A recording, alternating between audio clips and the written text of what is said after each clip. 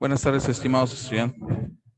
En lo que se soluciona el problema del audio, me voy a permitir leer el extracto curricular del doctor Leonardo David Cruz Miranda, debido a que tuvimos problemas técnicos y estamos tratando de resolverlo.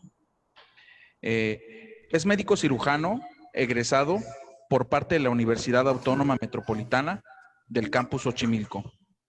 Es médico especialista en medicina familiar por parte de la División de Posgrados de la Universidad Nacional Autónoma de México, UNAM, obteniendo el título a través de la modalidad de tesis con el trabajo de investigación denominado Asociación entre el nivel de empoderamiento y cifras de glucosa preprandial, colesterol y triglicéridos.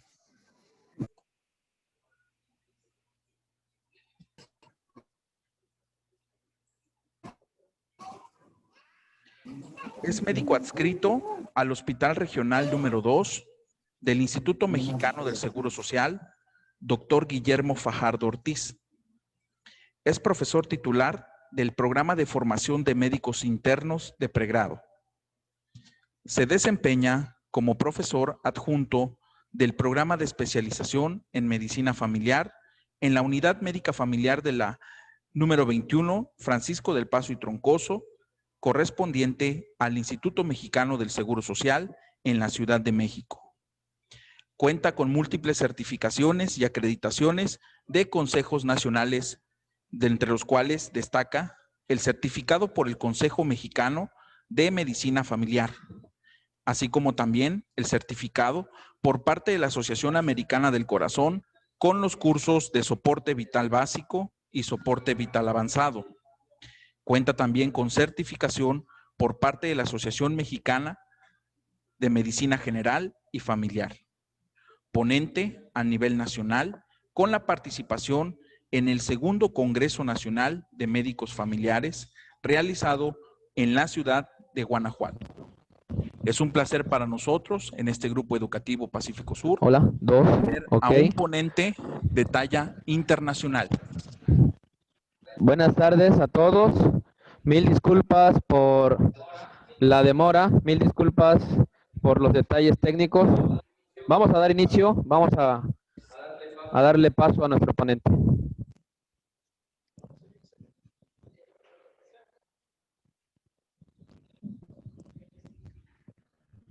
Hola, hola, hola. Ahí me... Ah, está al revés. Esta tecnología. ¿Ya? Ahí está, ¿no? ¿Sí, sí me oyen bien? Ahí. Excelente. Excelente. Sí, güey. Me lo voy a poner acá en la pompa.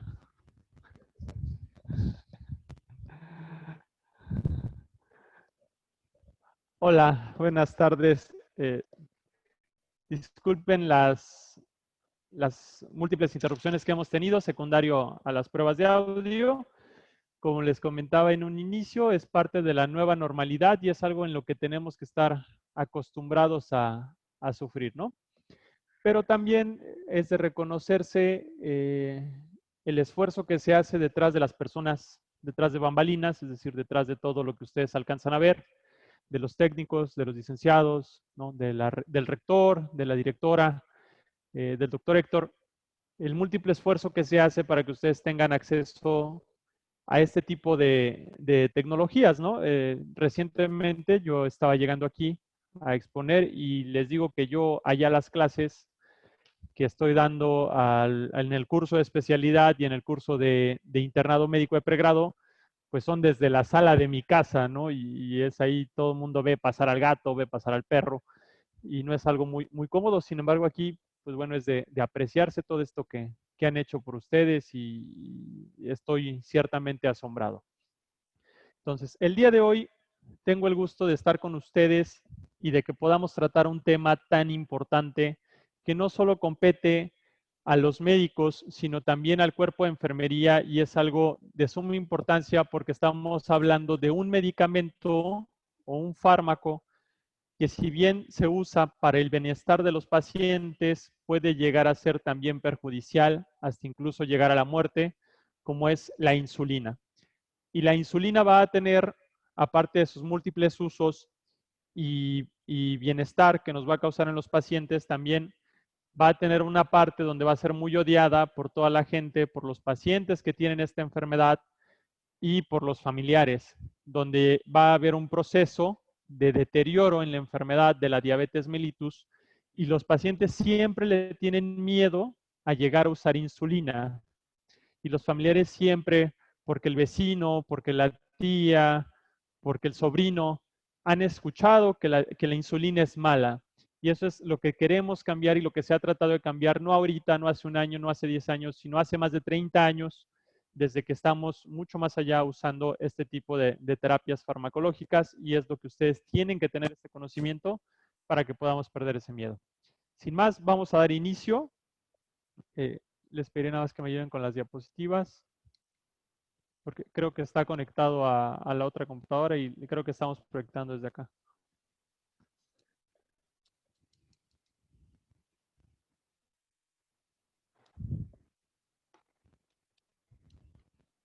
Entonces, ya nada más que me ayuden con las diapositivas y comenzamos. Vamos a dar un repaso un poquito rápido también de algunos antidiabéticos orales, ¿sale?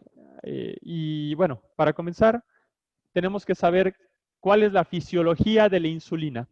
Y la insulina se va a dar su producción en dos fases. La primera fase va a ser una fase rápida, una fase donde ya va a estar cargada algo que se llama célula beta, ya va a estar preformada la insulina, ya va a estar preparada antes de que nosotros consumamos una gran cantidad de glucosa.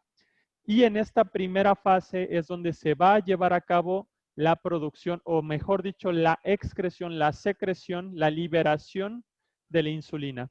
Y vamos a tener una segunda fase, que es una fase de mantenimiento. Entonces, la fase de mantenimiento, esta segunda fase, se va a llevar a cabo tiempo después, de unos 10 minutos a 120 minutos, que es cuando nos da el famosísimo mal del puerco, y este mal del puerco pues, nos va a hacer que se esté liberando la insulina para que nuestra glucosa no suba a niveles peligrosamente elevados. Estamos hablando más allá de 180 miligramos sobre decilitro, que es lo que nuestro riñón alcanza a filtrar. Posterior allá de los 180 miligramos sobre decilitro, nuestro riñón ya no puede alcanzar a filtrar la glucosa y esto hace que se tire a través de la orina, y de hecho así fue como en los principios de esta enfermedad se empezó a detectar la diabetes mellitus.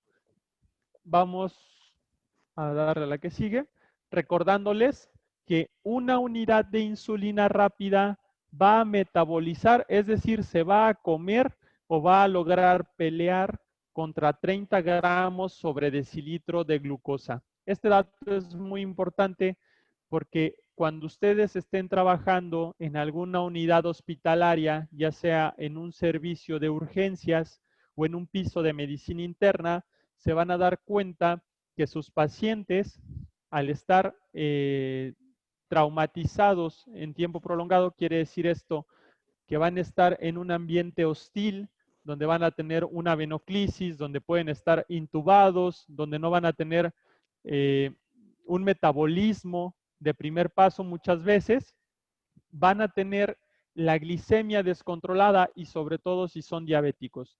Entonces, cuando ustedes les indiquen un Destrostix cada 6 horas, cada 4 horas, cada 8 horas y se encuentren con glicemias de 210, 310, 200, 350, etcétera, pueden hacer un cálculo rápido y saber aproximadamente cuántas unidades de insulina de acción rápida subcutánea pueden usar en este paciente para llevarlo a niveles basales o a niveles normales.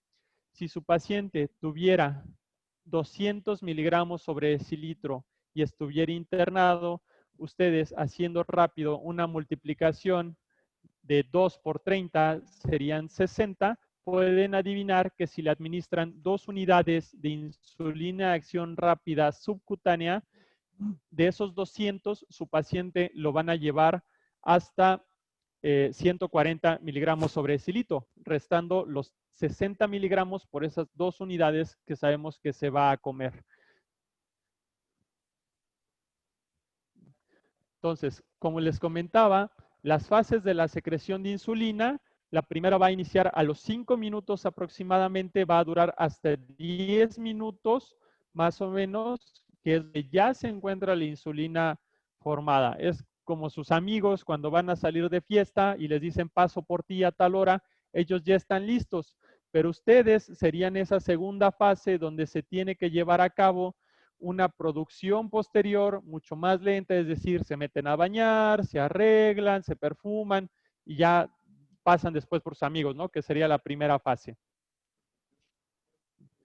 Entonces, dentro de nuestra regulación vamos a tener algunos estimulantes, algunos amplificadores de la liberación que ya se está llevando a cabo y algunos inhibidores de esta insulina. Dentro de los estimulantes vamos a tener al principal, que va a ser la glucosa. Un paciente sano, cuando come su pozolito, como hoy que fue jueves, se liberan cantidades exorbitantes de insulina para poder llevar la glicemia a niveles normales. Glicemia, pues bueno, azúcar en sangre. Algunos aminoácidos como la leucina, la estimulación vagal, cuando alguien se desmaya, ¿no? Por ejemplo, que le aplican la llave del sueño, también se produce insulina. La acetilcolina, los fármacos como las sulfonilureas y las megletinidas, que son usados pues, para el tratamiento de la diabetes mellitus. Y algunos amplificadores de la liberación inducida por la glucosa, como algunas hormonas del tracto digestivo, o sea, entéricas, como el GLP-1, el GIP, la colecistoquinina, la gastrina, la secretina, etc. Y algunos inhibidores, como la somatostatina, y algunos fármacos como los beta bloqueadores, la colchicina o la fenitoína. Entonces, como ya les había comentado al principio, la forma en la que se diagnosticaba la diabetes mellitus era saber si tu pipí estaba dulce o no. Y ese es el significado, diabetes a través de y mellitus dulce o miel. Entonces, lo que hacían en la antigua Grecia era que pues orinaba el paciente, probaban su orina y si esta sabía dulce, pues no es que fuera el osito Winnie Pooh, sino que el paciente no podía metabolizar bien la glucosa, se excedía, pasaba los 180 miligramos sobre decilitro que sabemos que alcanza a filtrar el riñón y de esta forma se probaba que el paciente era diabético. Sin embargo, como nos encanta en el ámbito de ciencias de la salud ponerle un nombre rimbombante a todo, pues le pusieron que es un síndrome que incluye un grupo de alteraciones metabólicas y todos se van a caracterizar por hiperglucemia. Es este paciente gordito que tiene las axilas o el cuello color negros, que pierde la cantidad de vello en las manos o en las piernas, y esto pues resultado al exceso de azúcar que se está llevando a cabo y a la resistencia a la insulina. Bueno, estos son los criterios diagnósticos de la diabetes tipo 2. Según la Asociación Americana de Diabetes y el Standard of Medical Care in Diabetes 2020, que serían los estándares de tratamiento y diagnóstico en diabetes 2020, nos dicen que siguen siendo 4. La sintomatología clásica de hiperglucemia con una toma de glucosa al azar mayor a 200 miligramos sobre decilitro, una glicemia de o glucosa plasmática en ayuno mayor a 126 miligramos sobre decilitro, una hemoglobina glicada mayor a 6.5% y una glucosa plasmática posterior a una carga con 75 gramos de glucosa mayor a 200. Entonces, tenemos una paciente que llega a consulta, es una mujer de 36 años de edad, la cual acude por primera ocasión, nos muestra un resultado de una hemoglobina glicada y nos dice que está preocupado porque su médico particular, aquí en el doctor Simi, le diagnosticó diabetes y ella viene con nosotros, ¿no? Imagínense que es su familiar y quiere saber si es cierto, pues porque ella no se ha sentido mal. La diabetes como tal no muchas veces o no siempre da síntomas. Los síntomas clásicos que estamos acostumbrados a conocer es la polifagia, la poliuria, polidipsia y la pérdida de peso. Son 4 P's. Entonces, poliuria, orinan mucho más de lo normal, polifagia, tienen mucha hambre más de lo normal, polidipsia, comienzan a tener sed. Esto pues secundario a que el azúcar jala el agua que tenemos a nivel celular, nos sentimos con sed y eso es lo que nos causa. Y la pérdida de peso, porque imagínense que un paciente diabético no es que no tenga azúcar, sino que no puede aprovechar el azúcar. Es como si alguien de aquí fuera fumador y Marlboro le regala 1000 paquetes de cigarrillos, pero no le da cerillos, ¿no? O sea, no se los va a poder echar, nunca le va a dar cáncer. Pues algo así sucede con la diabetes. Lo que no tenemos es insulina, ese amigo de la glucosa que lo que hace es que se absorba y que se metabolice, se aproveche. Es por eso que muchas veces cuando nosotros controlamos al paciente diabético sube de peso, porque lo que hacemos es que ahora sí le estamos dando los cerillos para que se eche todos los cigarros, o en este caso le damos de insulina para que se aproveche el azúcar, y el azúcar se convierte al final de cuentas en grasa, en el tejido adiposo, en la pancita, en músculos, si logramos que se hipertrofie, si rompemos las fibras musculares con el ejercicio y demás. Entonces, ya que nos llegó este paciente, nosotros sabiamente le decimos que no le podemos dar el diagnóstico de diabetes mellitus todavía. ¿Por qué? Porque todas las guías decentes nos dicen que a menos que tu país sea primermundista y puedas y tengas una estandarización, es decir, que todos los laboratorios de todo el país lo hagan bajo la misma forma de procedimientos, una hemoglobina glicada se tiene que repetir siempre. Entonces, no podemos darle el diagnóstico, le decimos, no, pues vaya con un médico decente, ¿no? O en este caso usted dice, no, no te pueden diagnosticar así. Entonces, la confirmación diagnóstica la podemos hacer en 3 escenarios diferentes.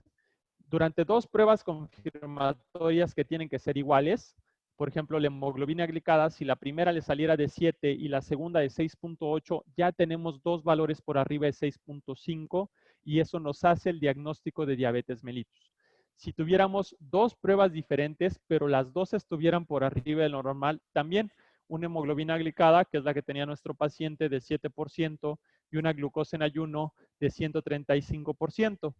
O 2 pruebas diferentes con resultados discordantes.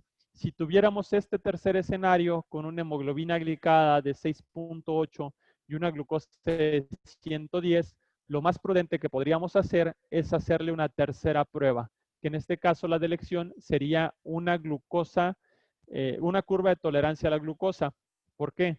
Porque a lo mejor nuestro paciente alcanza todavía a controlarse durante la cena y es por eso que la glucosa en ayuno nos sale todavía dentro de valores normales, recordándoles que la prueba a partir de 126 ya es diagnóstica de diabetes, pero durante las comidas la reserva de glucosa en nuestro paciente no es tan amplia que a la hora de ingerir una gran cantidad de azúcar, es ahí cuando no alcanza la cantidad de insulina que se produce a controlar esos niveles y es por eso que la prueba, la curva de tolerancia a la glucosa sería lo ideal. Entonces, como ya les comenté, las primeras 3 pruebas, la hemoglobina glicada, la glucosa plasmática en ayuno y la curva de tolerancia a la glucosa, se tienen que repetir en caso de que la hiperglucemia sea inequívoca. Por ejemplo, si tú le haces una curva plasmática en ayuno, perdón, una glucosa plasmática en ayuno a un paciente y tiene 125, repítele la prueba, pero si tiene 350 ya no es necesario. Ya podemos diagnosticar ahí. O una glucemia al azar mayor a 200 con los síntomas clásicos que ya quedamos que son polifagia, poliuria y polidipsia. Ahora bien, ¿a quién le vamos a hacer o en quién vamos a sospechar durante nuestra vida en los pacientes que puedan llegar a tener diabetes? Y esto es muy importante porque algunos de ustedes van a llegar a trabajar en atención de primer nivel y en atención de primer nivel tenemos algo que se llaman metas y las metas es cuántos estudios logramos hacer para diagnosticar diabetes porque sabemos que la diabetes y la hipertensión son las principales causas de muerte o también de invalidez en nuestro país. Entonces tenemos que tener en cuenta que a los pacientes que cumplan estos requisitos hay que hacerles por lo menos un Destrostix alguna vez en su vida, y son aquellos que tengan un índice de masa corporal mayor a 25 kilogramos por metro cuadrado, recordándoles que el índice de masa corporal es el peso entre la talla al cuadrado, ¿no? Y que tenga uno o más factores de riesgo. Ahorita vamos a ver los factores de riesgo. En los pacientes que no tengan factores de riesgo, pero sean mayores a 45 años, y si los resultados son normales, tenemos que repetirle por lo menos este Destrostix, esta toma de glucosa capilar, dentro de los 3 siguientes años. Si sale, en este caso también puede salir normal pero alto, podremos usar la hemoglobina glicada, la glucosa en ayuno, la curva de tolerancia oral a la glucosa, cualquiera de las 3 pruebas. Y si nuestro paciente ya está identificado con riesgo para diabetes, que sea una persona con familiar directo, una persona con resistencia a la insulina, como les comentaba, con acantosis nigricans, pérdida de vello, con dificultad o que haya pedido peso, que tenga síntomas, también le podemos hacer la prueba. Los factores de riesgo pues van a ser el sedentarismo. Aquí tenemos que recordarles a los pacientes que sedentarismo no significa que estén totalmente sentados todo el tiempo. Sedentarismo es aquella persona que no hace más de 150 minutos de ejercicio a la semana. Si alguno de ustedes que me está escuchando ahorita no hace más de 150 minutos de ejercicio a la semana, es una persona que no se mueve, es una persona sedentaria. ¿Qué quiere decir esto? Que tiene riesgo de todas las enfermedades habidas y por haber del mundo. Entonces, los familiares de primer grado con diabetes mellitus también, la etnicidad, por supuesto, aquí la biología y la ciencia son muy claras, dividen las razas durante el riesgo de tener este tipo de enfermedades. Las mujeres que hayan tenido un hijo mayor a 4 kilogramos o hayan tenido diabetes mellitus gestacional, que tengan alguna otra enfermedad como hipertensión arterial, un HDL menor a 35 miligramos sobre decilitro o triglicéridos mayor a 250, que sabemos que este tipo de definición de dislipidemia, es decir, enfermedad de los lípidos, es la más común, la disminución del HDL y el aumento de los triglicéridos para la población mexicana. Mujeres con síndrome ovario poliquístico, aquellas que cursan con mucho dolor durante su menstruación, que tienen mucha dificultad para perder peso, que tienen mucho vello, ya sea a nivel de brazo, a nivel de extremidades, abdomen, pues bueno, hay que realizarse algún ultrasonido ginecológico porque probablemente tengamos un problema ovario poliquístico. Y una hemoglobina glicada mayor a 5.7, recordándoles que la hemoglobina glicada lo que hace es medir la cantidad de azúcar en promedio que se tiene durante la vida media del eritrocito. El eritrocito tiene una vida media de 120 días, así que cada 120 días se les mueren a ustedes todos los eritrocitos y se renuevan a través de la hematopoiesis. Y también aquellos que tengan antecedente de enfermedad cardiovascular. Les pongo este cuadro para que vean toda la variedad que existe en el tratamiento actual de un paciente con diabetes mellitus. Puede ser, dependiendo de la hemoglobina glicada, no tengo forma de señalarles todavía, pero aquí está. Discúlpenme mi error. Entonces, puede ser a través de la hemoglobina glicada, dependiendo del grado, ya se fue, o dependiendo en la parte de abajo de si tiene o no alguna enfermedad concomitante. Si es un paciente con insuficiencia renal, si es un paciente mayor a 75 años con una enfermedad cardiovascular establecida o si tiene obesidad. Rápidamente voy a mencionarles algunos de los hipoglucemiantes orales más usados hoy en día. En primer lugar, el más conocido que tenemos todos es la metformina por su bajo costo, su casi nulo presencia de eventos adversos o reacciones adversas. Son muy raras realmente y el más peligroso sería la acidosis láctica. Pero las ventajas que tiene, que no produce aumento de peso, de hecho es un fármaco que utilizamos en los pacientes que quieren perder peso como una ayuda extra. Le damos metformina 500 miligramos o una tableta nada más al día durante la comida principal. No genera riesgo de hipoglucemia porque lo único que hace es que se mejora la absorción de la glucosa, no se produce más insulina. Entonces, al no producirse más insulina, no hay riesgo de que le baje el azúcar a nuestro paciente. recordándoles que las tabletas vienen de 500 a 850 miligramos y la dosis máxima son 2.550 miligramos al día. Tenemos otro tipo de medicamentos como las meglitinidas, los cuales lo que van a hacer es en este caso sí aumentar la producción de la insulina que se está llevando a cabo por mecanismos donde prácticamente se cierran todas las puertas por donde se puede escapar la insulina, más que la principal que deja, que es hacia el torrente sanguíneo, y de esta forma, pues bueno, sí se corre el riesgo de producirnos hipoglucemia. En este caso, casi todos los fármacos hipoglucemiantes orales tienen una disminución de 1.7 a 1.9% de la hemoglobina glicada, entonces casi todos son igual de efectivos. Tenemos otros donde lo que van a hacer es evitar que se absorba la cantidad de glucosa que estamos teniendo en el cuerpo. Al momento de ingerir los alimentos, el más conocido va a ser la carbosa. Entonces, estos son inhibidores de la alfa-glucosidasa, pero tienen un gran inconveniente. Tienen muchos efectos gastrointestinales, como la distensión, la flatulencia o la diarrea. Esto obviamente depende de la cantidad de carbohidratos que consume nuestro paciente. Para que un paciente se controle, lo principal que tiene que cuidar es la alimentación. Llega un momento en el que incluso ni la terapia insulínica puede controlar a nuestro paciente. Entonces, si este paciente le estamos dejando o ven que alguien está tomando acarbosa de su familia y tiene una comida muy copiosa, como por ejemplo un pozolito, que sabemos que es grano de elote y prácticamente es puro carbohidrato, créanme que así como entra, así lo va a sacar, porque no va a dejar que se absorban estos carbohidratos. Entonces, la carbosa viene en tabletas de 50 miligramos, tiene una dosis máxima de 600 miligramos al día y se recomienda que se tome al inicio de las 3 comidas principales.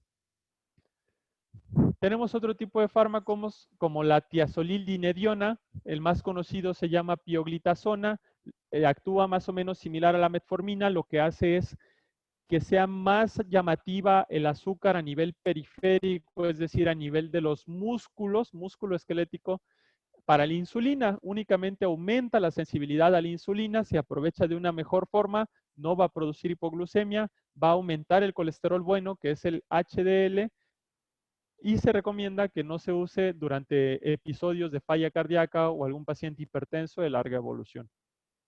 Tabletas de 15 miligramos, no más de 2 tabletas al día. Algunos otros fármacos, como los inhibidores de la dipeptidil-dipeptidasa 4, lo que van a hacer es aumentar la concentración de una hormona incretina, quiere decir que ayuda a la regulación del metabolismo de la glucosa, aumenta también la secreción de la insulina y disminuye la secreción de glucagón. El glucagón, al final de cuentas, lo que nos va a hacer es aumentar la producción, de la glucosa. Entonces, si tenemos algo que nos está estimulando que a cada rato se produzca glucosa, pues obviamente los niveles de glucosa van a estar descontrolados. Son tabletas de sitagliptina. Y tenemos otros, como ya vimos que el GLP-1 tiene esta función de incretina, los análogos de GLP-1 actúan de manera similar. Entonces, ¿qué es lo que van a hacer? Van a hacer que se siga produciendo más insulina durante mucho más tiempo, nos va a dar un aumento de la saciedad, nos va a hacer creer que ya estamos llenos, porque aparte retarda el vaciamiento gástrico. Entonces, el estómago no se queda sin alimento tan rápido y de esta forma también nos ayuda a la reducción de peso. Es de los medicamentos que son inyectables, el liraglutide y el exenatide, ambos son inyectables. Hay una dosis inicial, como ya la hemos descrito, de 0.6 hasta 1.2 miligramos, ¿sale? Y no depende de la comida. La ventaja es que el paciente se puede inyectar en cualquier momento y el fármaco siempre va a estar disponible. Entonces, si ya están listos, después de esta pequeña introducción, vamos a hablar de las insulinas como tal, que es lo que nos compete para esta clase. La insulina va a tener 2 orígenes. Uno puede ser humana y otra puede ser en un laboratorio, puede ser producida a partir de alguna célula animal. Y también la podemos clasificar dependiendo de su acción. Vamos a tener insulinas ultra rápidas e insulinas rápidas. Estas son prandiales. ¿Qué quiere decir esto? Que se van a utilizar durante la comida. o después de comer, ¿sale? Estas dos. Y también tenemos insulinas que se consideran basales. Las insulinas basales son las intermedias y las de acción prolongada. Como vimos al principio, tenemos dos fases de secreción de la insulina. Una primera fase, que es donde entrarían las prandiales, y una basal o segunda fase. Entonces, nuestro paciente se puede inyectar en todas estas zonas que podemos ver, en la parte posterior del antebrazo, en la parte posterior del abdomen o anterior del abdomen, en la parte anterior o lateral de los muslos e inclusive también en los glúteos. Sin embargo, a nivel de muslos, nuestra absorción va a ser mucho más lenta que si le inyectamos a nivel del abdomen. Es por eso que muchas veces se prefiere inyectarlo a nivel abdominal o a nivel posterior del antebrazo. Para que nosotros logremos una inyección exitosa, tiene que ser subcutánea, y para lograr que sea subcutánea tenemos que realizar un pequeño pellizco a nivel de la dermis, ¿sale? Y de esta forma nos vamos a cerciorar que completamente la aguja a 90 grados quede por encima de la capa muscular. En los pacientes que tienen muy poquito tejido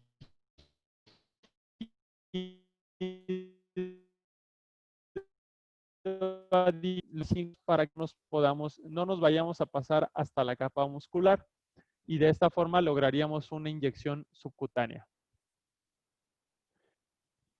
Esto ya se ve un poquito más complicado y es la duración de las insulinas.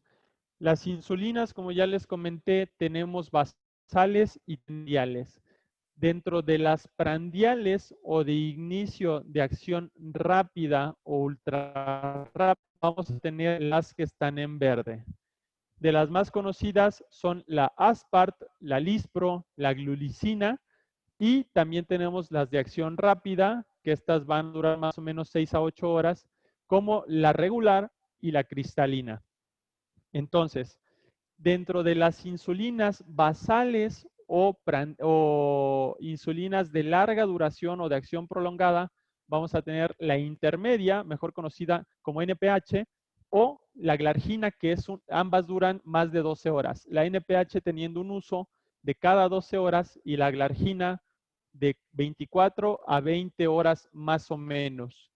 Y tenemos algunas nuevas, como la de Gludet, que incluso dura 42 horas en el cuerpo, pero no son muy usadas porque imagínense, si no se acuerdan dónde dejan las llaves los pacientes, pues imagínense cada 42 horas estarse acordando que se tienen que inyectar la insulina, pues mucho menos se van a acordar. Entonces, estas yo considero son las más usadas también por la practicidad que tienen y la facilidad de recordar a los pacientes qué es lo que tienen que hacer. Estas son para que las conozcan un poquito más a fondo. Tenemos las de acción ultra rápida, sale Aspart, Lispro, Glucina. Las de acción rápida, la regular, la de acción intermedia, NPH, y la de acción prolongada, Lantus. Glargina, Determir o de Gludec también son de acción prolongada. Esto es muy importante porque, por ejemplo, cuando ustedes le estén preguntando, y recordemos que ustedes también dan una atención, incluso muchas veces una consulta, cuando le estén preguntando a su paciente qué tipo de insulina usa, les van a decir esto, les van a decir la de tapa amarilla, la de tapa naranja, la de tapa blanca o la de tapa morada. Y muchas veces, dependiendo del laboratorio que haga la insulina, es que van a cambiar los colores del envase. Y esto no nos es útil. O muchas veces llegan y les dicen, pues es una pastillita blanca, chiquita, redonda, y tampoco nos sirve esto. Entonces, pero sí nos sirve que le preguntemos, oiga, ¿su insulina es como leche? Como pueden ver, la insulina de pH tiene un color blanquecino. Entonces le pueden decir, sí, ¿qué cree? Que parece una lechita. Bueno, parece un Yakult. Bueno, entonces saben ustedes que es la única insulina de todas que tiene esa coloración. O le pueden preguntar, ¿se le aplica cada 8 horas? Sí. ¿Es transparente? Sí. Bueno, entonces estamos hablando de la insulina humana regular. Eso sí nos puede orientar un poquito más. Entonces, ¿cuándo le vamos a iniciar insulina a un paciente o cuáles serían los criterios? Idealmente sería para todo paciente que es diagnosticado con diabetes tipo 2. Idealmente, al igual que los pacientes con diabetes tipo 1.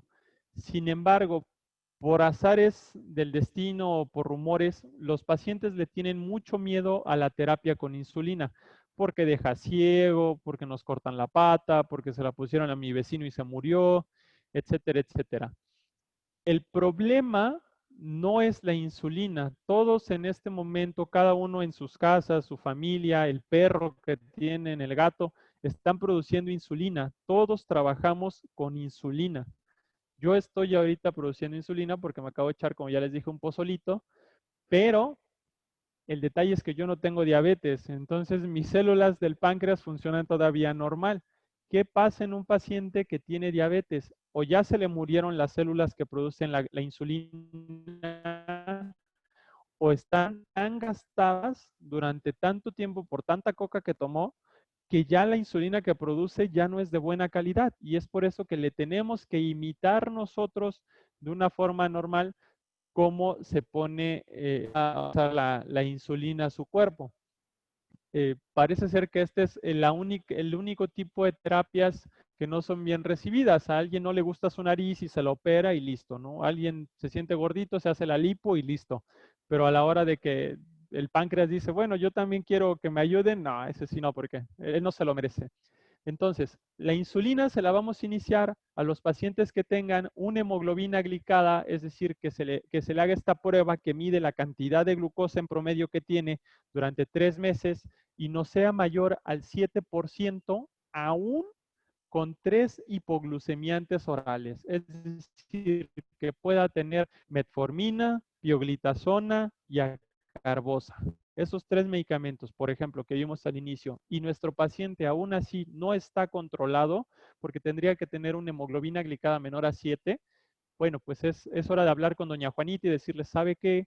No creo que usted se vaya a controlar aún con las pastillas o con las tabletas o con las cápsulas. Yo creo que lo conveniente es que iniciemos una insulinoterapia.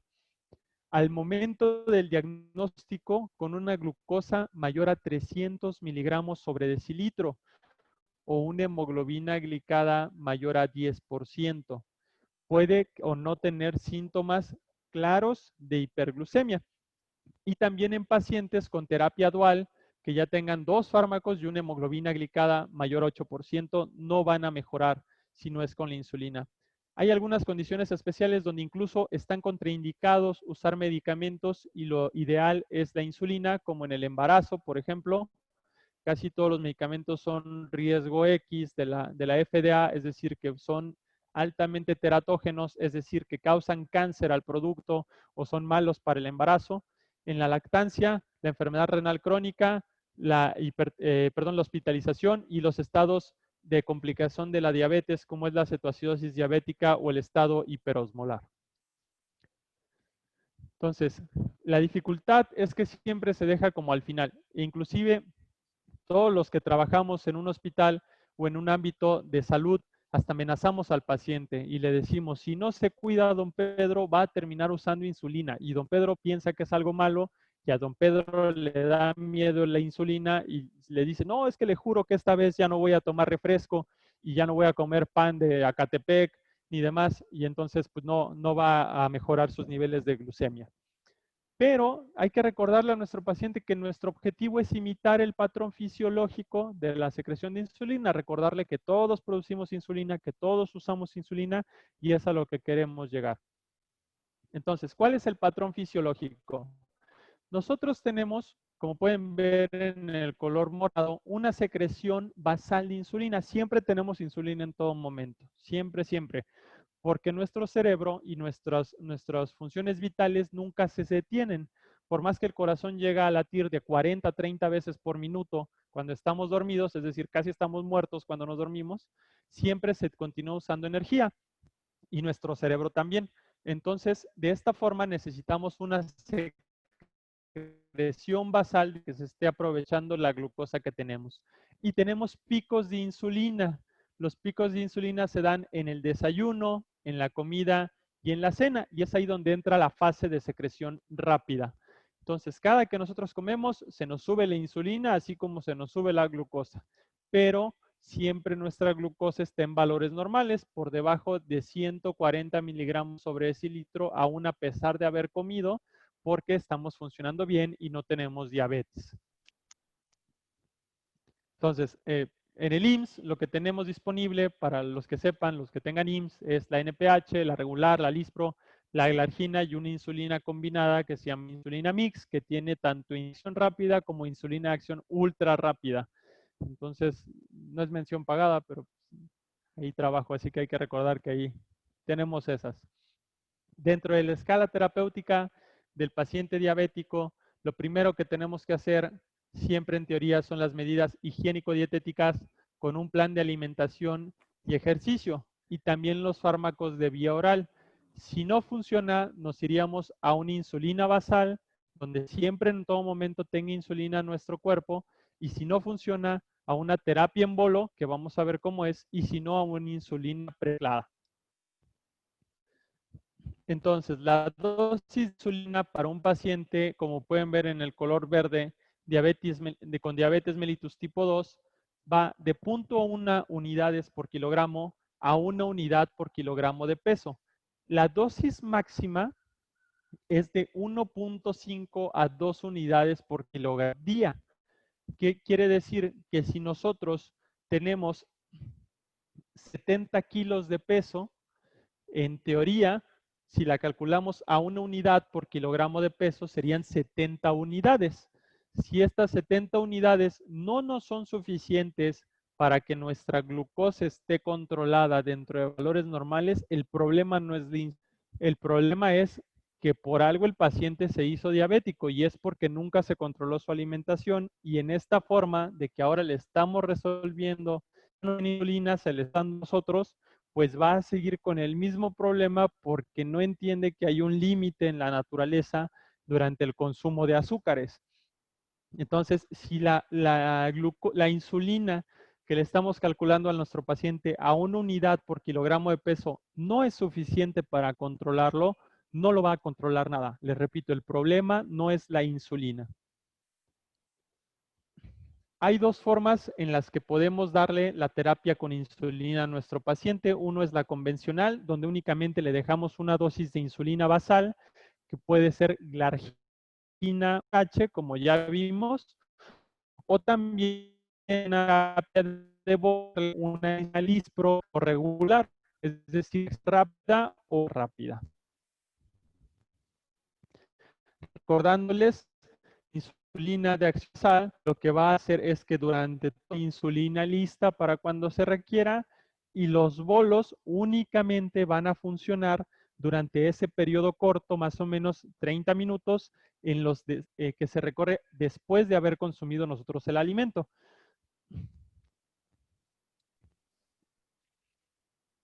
Entonces, el inicio de la insulinización basal va a ser de 10 unidades, así, de cajón, según las guías norteamericanas, o la podemos calcular a 0.1 a 0.2 unidades por kilogramo día. Es decir, que si un paciente de 70 kilogramos le tenemos que iniciar insulina, podemos hacerlo de dos formas. La primera es decirle, usted a las 10 de la noche se va a poner 10 unidades de insulina, así nada más, o usted puede ponerse 7 unidades de insulina, calculada a 0.1 unidades por kilogramo de peso. Y esto siempre en la noche. ¿Por qué?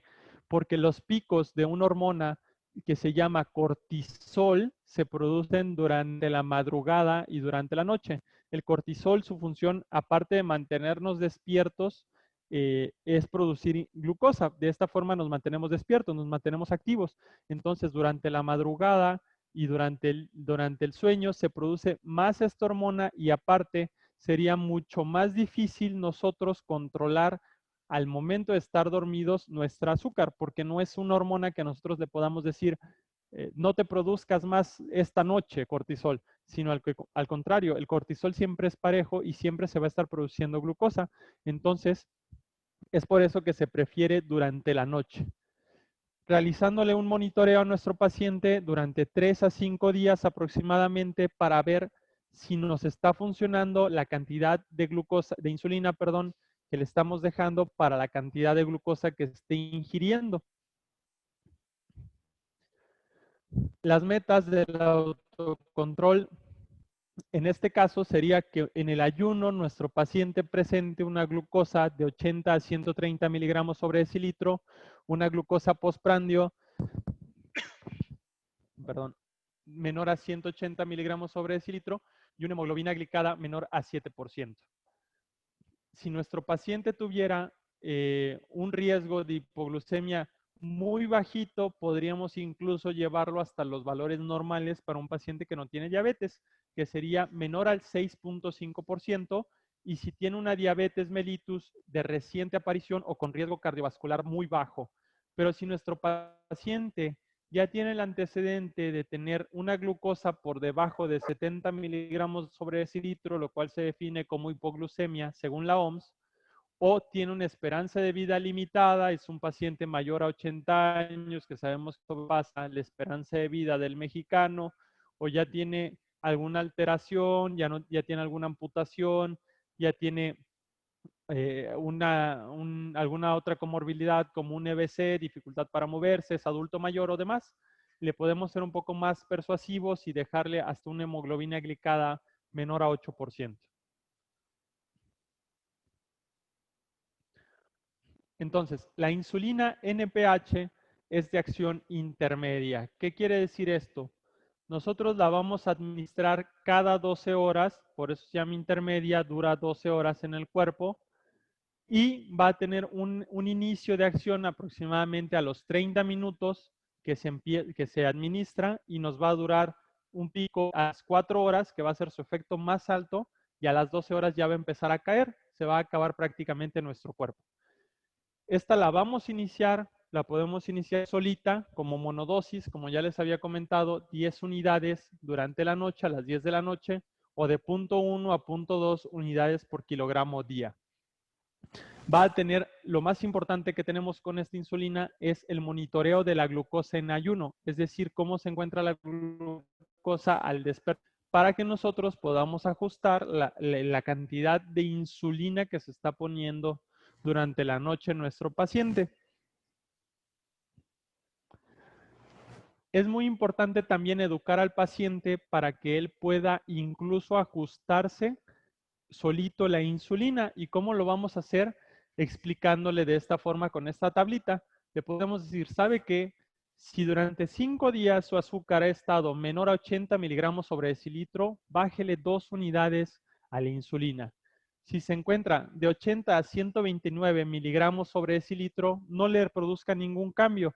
Y si se encuentra de 130 a 139 miligramos sobre decilitro, puede usted aumentar 2 unidades de insulina, o si está de 140 a 179, 4 unidades de insulina, o si incluso se llega a exceder mayor a 180 miligramos sobre decilitro, puede subir 6 unidades de insulina sin ningún problema. En este caso, de insulina basal, recordemos que la normatividad de cuánto metaboliza una unidad de insulina en unidades glucosa es para la insulina acción rápida.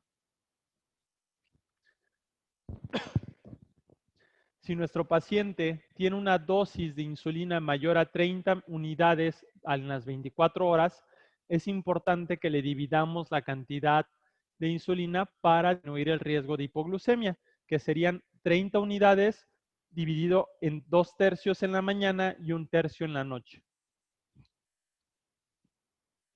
Entonces, de esta forma es como le va a dar a nuestro paciente que se esté checando el azúcar. De 2 días entre semana se la tome al día. Esto es para un paciente descontrolado. Tiene que ser antes del desayuno, después del desayuno, antes de comer, después de comer y después de cenar. Es por eso que es mucho más fácil controlar lo que comemos a estarse picando el dedo 12 veces al día en una semana, ¿de acuerdo? Y aparte, se tiene que tomar otras 6 veces el fin de semana. Y esto es consecuencia el fin de semana comemos en familia, salimos a comer a algún lado, es algo que se nos antoja y es por eso que también el fin de semana tenemos que elegir un día. Y el resultado va a ser que el lugar o el momento en el que nuestro paciente se descontrole más, vamos a iniciar también una insulina de acción rápida. Entonces, tenemos un paciente, ¿no? Francisco Lorín Colorado, que llega a nuestra consulta y nos dice, con esta bitácora de glucosa, que el día lunes, antes de desayunar, tuvo una glicemia de 100, después del desayuno tuvo 150, 120, después de comer 125, antes de cenar 180 y después de cenar no hubo ningún cambio, 180. Y como pueden ver en esta gráfica, porque obviamente no se la tomó el fin de semana, porque no se llevó su aparatito y los pacientes normalmente nunca nos hacen caso, pero ya con 2 días podemos ver que el problema con don Francisco es después de comer. Significa que la comida para él es un alimento muy fuerte y que está consumiendo una cantidad de carbohidratos importantísima. Entonces, nuestro paciente ya no le está haciendo suficiente la cantidad de insulina basal que le estamos dando. Esas 10 unidades de insulina que le estamos dando en la noche ya no lo están alcanzando. ¿Qué tenemos que hacer? Iniciarle una dosis de insulina de acción rápida. Y esta insulina de acción rápida sería justo después de comer y podemos usar la insulina Lispro o la insulina Aspart. Y es por eso que les tengo esto que se llama terapia en bolo. La terapia en bolo consiste en agregar una dosis de insulina de acción rápida en el alimento que nos demuestre que eleva mucho más la glucosa que todos los demás. Y esto lo podemos hacer iniciando con 4 unidades de halo, como vimos, con insulina NPH, o con unidades por kilogramo de peso o 10% de la dosis de insulina basal. Podemos aumentar de 1 a 2 unidades o 10-15% entre semana. El porcentaje a mí se me hace mucho más difícil de calcular en todo momento que aumentar 1 a 2 unidades. Es por eso que ese es mi consejo, que se lo graben así. En caso de que nuestro paciente tenga una disminución de la glucemia menos de 70 miligramos sobre decilitro, o sea un paciente con mucho riesgo y disminuya por debajo de 100 miligramos sobre decilitro, yo les diría que reduzcan 2 unidades de insulina de las que le estamos aplicando. Entonces, si ustedes, si su paciente, don Francisco, les dice, ok, doctor o señorita enfermera, señorita enfermero, lo que voy a hacer es que me voy a poner las 4 unidades de insulina de acción rápida, pero don Francisco hace en ese momento conciencia de su enfermedad y deja de comer tortilla, deja de refresco, o sea, pero de jalón lo hace todo, ¿cuál va a ser el problema? En este caso, el azúcar va a disminuir tan drásticamente que la cantidad de insulina que le vamos a dar va a ser una bestial, y es por eso que le disminuir menos de 100. Causar confusión, nos va a causar letargo y demás. Entonces, este paciente, lo más probable es que necesitemos disminuir la dosis de insulina y lo podemos hacer pidiéndole que únicamente disminuya 2 unidades.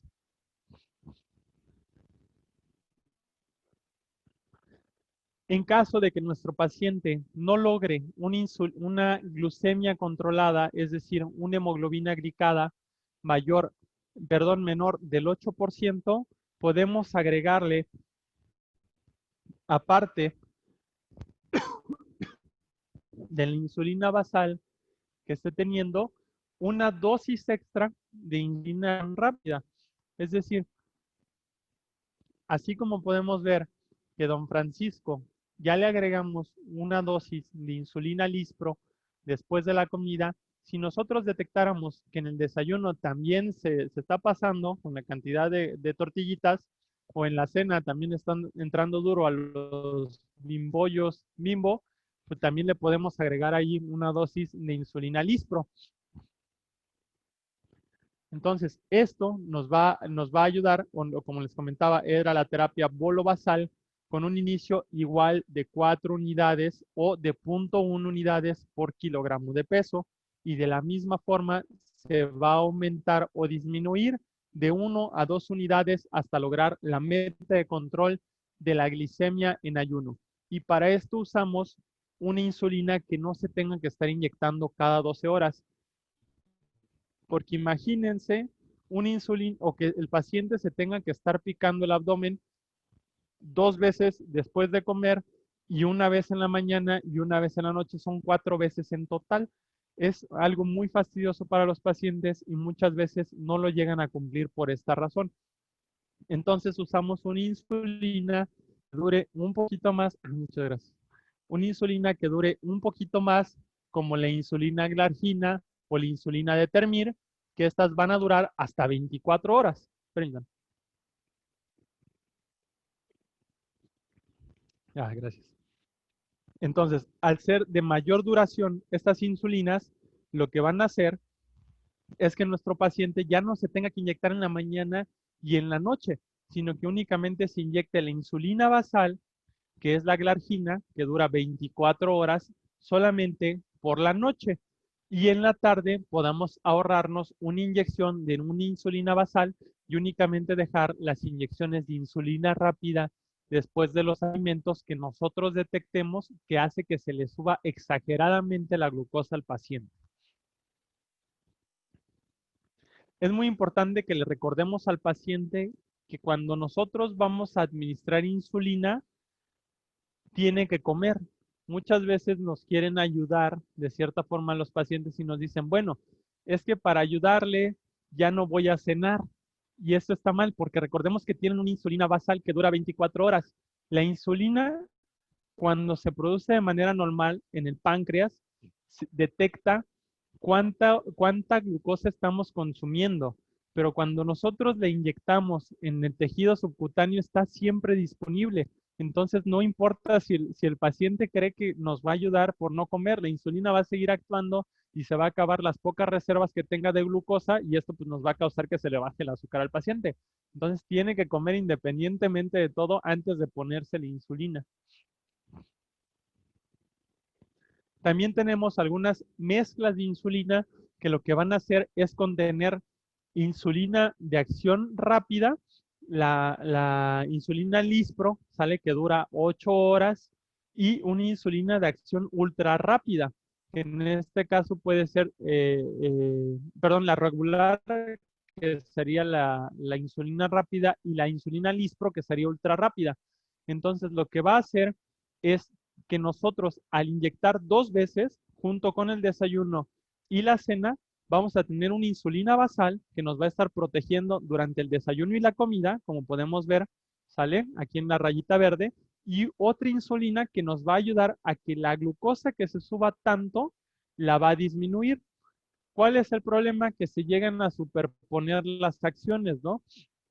Porque actúan las dos insulinas. Recordemos que la insulina regular tiene un inicio de 30 minutos y la insulina de acción ultra rápida tiene un inicio de 5 minutos. Entonces, al instante las dos van a empezar a actuar, van a disminuir la cantidad de glucosa, pero nos puede llevar a una hipoglucemia. Entonces, hay que tener un poquito más de cuidado cuando tratemos de usar las insulinas de acción premezclada, ¿no? Entonces, este es otro diagrama. En este caso, la dilución es 70-30, así se llama. Y en este caso es 75-25. Tiene 75% de insulina rápida y 25% de insulina de acción ultra rápida. Entonces, la insulina de acción ultra rápida tiene un pico mucho más acelerado, pero también su efecto es muy pobre, muy poquito. Y la insulina de acción rápida lo que va a hacer es protegernos desde el desayuno hasta la comida.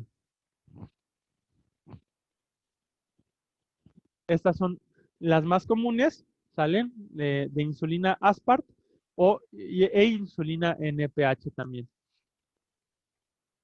Entonces, estas mezclas de insulina se van a usar 2 veces al día junto con el desayuno y la cena.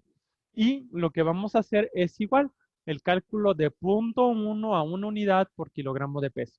Entonces, si ustedes me quisieran poner insulina a mí, en este momento, yo peso 80 kilogramos, ¿no? Y si digamos que quieren hacer una dosis estándar, pues me estarían dando 24 unidades de insulina. Y lo que podemos hacer es dividirlo, 2/3 en la mañana y 1/3 en la noche. ¿Cómo llegamos a las 24? 0.3 por 80 kilogramos, 24. Entonces, esas son la cantidad de unidades de insulina que me tendrían que administrar a mí y tenemos dos formas de hacerlo. O me dan la mitad en la mañana y la mitad en la noche, que serían 12 unidades antes del desayuno e inmediatamente comer, o 12 unidades, eh, o perdón, también me pueden dar, en este caso, dividirlo entre 3 y darme 16 unidades en la mañana y 8 unidades en la noche. ¿De acuerdo? Lo podemos dividir 2/3 en la mañana y 1/3 en la noche, o mitad y mitad. Y dependiendo de cómo vamos mejorando o no el nivel de azúcar, si yo estoy con una hemoglobina glicada mayor a 8 o todavía tengo glucemias de mayor a 140, me pueden subir 2 unidades de insulina en la mañana o en la noche, dependiendo de cómo se requiera. Y de esta forma llegar a la meta de control. Me parece que esta es de las últimas diapositivas de todo. El seguimiento, ¿cómo vamos a saber si nuestro paciente está bien controlado o no? Hay que solicitarle una hemoglobina glicada trimestral, ya que sabemos que la vida media del eritrocito es 120 días. Entonces, durante 120 días podemos saber cómo estuvo hacia atrás en el tiempo nuestro paciente. Y también le podemos pedir, si en caso de que esté bien controlado, una hemoglobina glicada 2 veces al año a nuestro paciente. Y si tiene diabetes, pues únicamente su glucosa anual. ¿Cuándo va a tener que llegar nuestro paciente a un hospital? Es decir, estamos hablando de que hasta ahorita nos quedamos en el centro de salud, pero en caso de que nuestro paciente, a pesar de la farmacoterapia, no cumpla con las metas establecidas, es decir, una glucosa menor a 130 miligramos sobre decilitro en ayuno, menor a 140 después de comer, o 180 para los pacientes ya diabéticos, o tenga también alguna complicación grave de la diabetes como cetoacidosis, estado hiperosmolar, tenga disminución en la sensibilidad en las piernas o neuropatía diabética, infecciones frecuentes, o tenga hipoglucemias frecuentes con el uso de la insulina, o en caso de que tenga también embarazo, mandamos a un hospital para que sean evaluados crónicos de segundo nivel. Esto es la importancia en una sola diapositiva de por qué nuestro paciente tiene que tener la glucosa controlada. Cada 1% de la hemoglobina glicada que nuestro paciente disminuye, vamos a disminuir en un 43% las complicaciones microvasculares.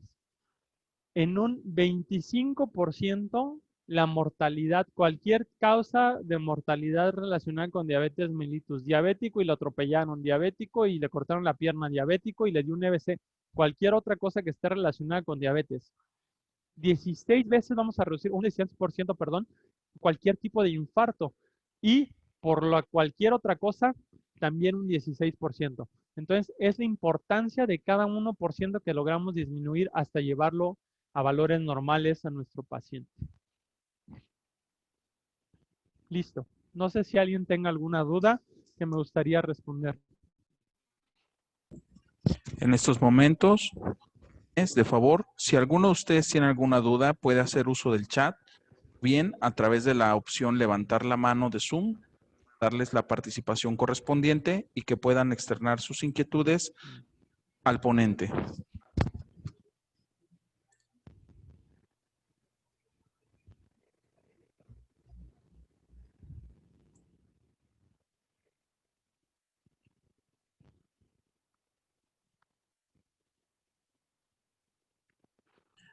Adelante, compañera Briseida Castro, le escuchamos.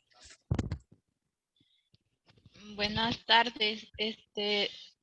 Mi pregunta, mi duda es, tengo entendido que la insulina con el tiempo debilita la vista del paciente. ¿Es cierto o falso? Según he oído ese comentario de que también no se ponen insulina porque debilita la vista. Es también otro miedo que tiene el paciente por la insulina.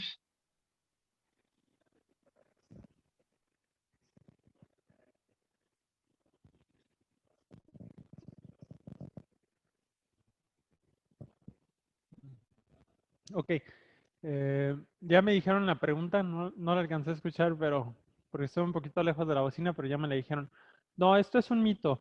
Eh, Hay que recordarle a nuestros pacientes que nosotros, las personas sanas o que creemos estar sanas, que hasta el momento no tenemos una enfermedad o no nos han diagnosticado con una enfermedad, estamos produciendo insulina de manera normal.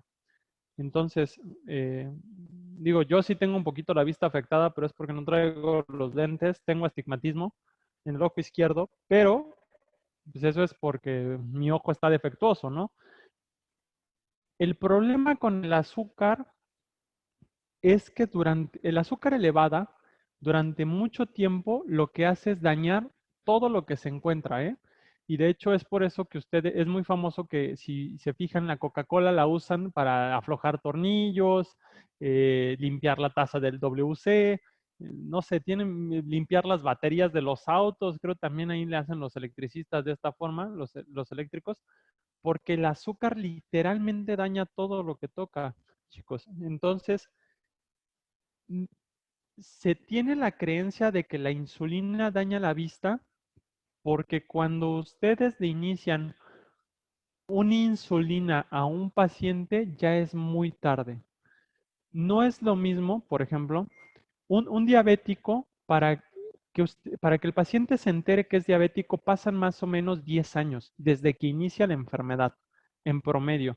Entonces, cuando ustedes diagnostican o el médico diagnostica también un paciente con diabetes mellitus tipo 2, ha pasado 10 años enfermo, 10 años con el azúcar elevada, 10 años con disminución del nervio óptico secundario al azúcar, con daño en las articulaciones, daño en el corazón, daño en las venas, en las arterias, etcétera, etcétera. Y es por eso que al momento del diagnóstico lo que se tiene que hacer es solicitarle una valoración por un oftalmólogo, porque en esos 10 años no sabemos cuánto daño se haya producido, pero realmente es que cuando ya le iniciamos de insulina y nuestro paciente lo logramos controlar a tiempo sin que se produzca retinopatía diabética o daño en el ojo por el azúcar, nuestro paciente no va a tener alteraciones en la vista. Pero si es ya lo suficientemente tarde como para que tenga daño y por azares del destino justo le iniciamos de insulina, el paciente lo que va a hacer es asociarlo, ¿no? Si ustedes comen, por ejemplo, un alimento nuevo y les causa una dermatitis, es decir, les produce ronchas, se les hinchan los labios, ¿qué es lo que hacen? Le echan la culpa al alimento. Entonces, más o menos funciona igual.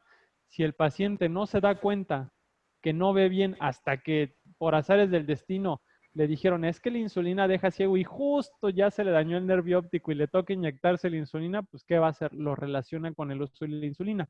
Pero el problema no es la insulina, es el daño al nervio óptico que ha pasado durante años de glucosa elevada.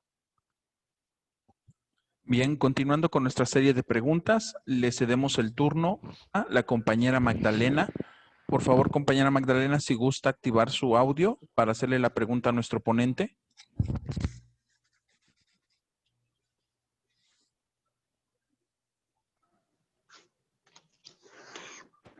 Buenas tardes, mi nombre es Marisela.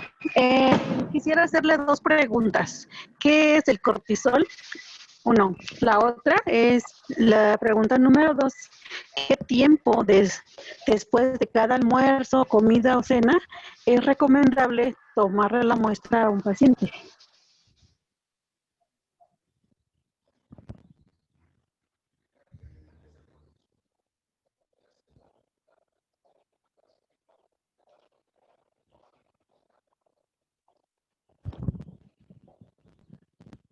Muy bien. El cortisol pertenece a una serie de hormonas las cuales lo que hacen es estimular algunas funciones de nuestro cuerpo. La función principal que se tiene, así como sabemos que la insulina regula la glucosa, ¿sale? El cortisol lo que hace es mantenernos despiertos. Entonces, normalmente, la mayor parte de la producción del cortisol se va a dar a las 7 de la mañana. Es por eso que con la edad se nos hace un poquito más fácil despertarnos, porque uno, tenemos que dormir menos. Y dos, lo que hace esta hormona es que se vuelve mucho más sensible. Al momento de producir más cortisol, muchas veces van a ver que hay gente que le dice, hasta le gané al despertador.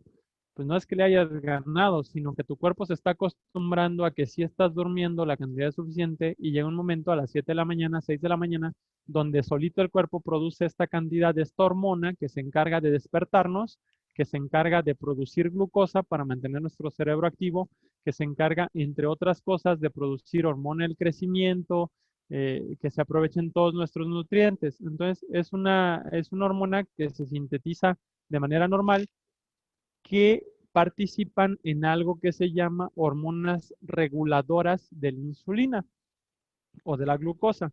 Entonces, lo que hace prácticamente es darnos energía para que nosotros podamos llevar nuestro día a día sin ningún problema. ¿Qué más? ¿Cuál era la segunda pregunta? ¿Cuánto tiempo después?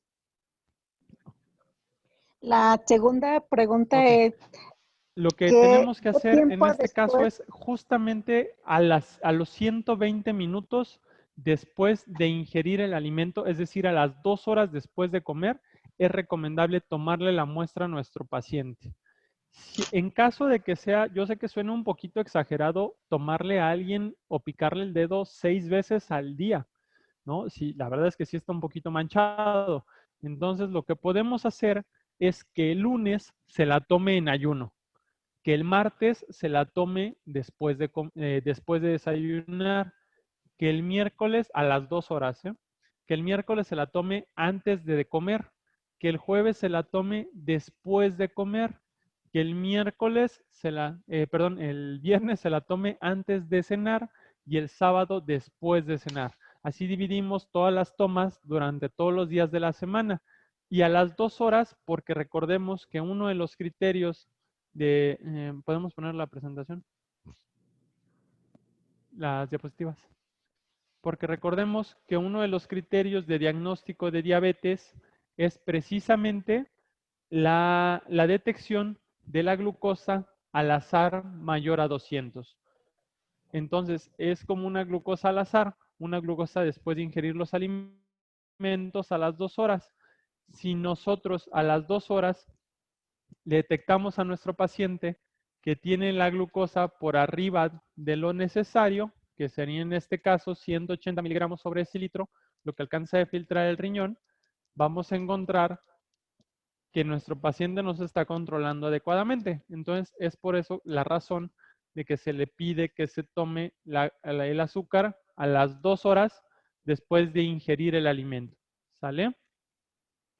Y pues bueno, recordándoles que es una alimentación cada 8 horas, ¿eh? Aquí no cuenta lo de, yo no ceno, pero a veces sí. Entonces, Muchas gracias, doctor. me voy a tardar un poquito en lo que llego a eso. ¿Alguien más mientras que tenga alguna Sí, otra duda? vamos a cederle la palabra a la compañera Liz. Por favor, compañera Liz, si gusta activar su audio. Sí, buenas tardes. Mi pregunta es, había mencionado que la insulina hace esos efectos de que tienen la creencia muchas personas. Mi duda es, ¿cuándo es demasiado tarde ya ponerse la insulina?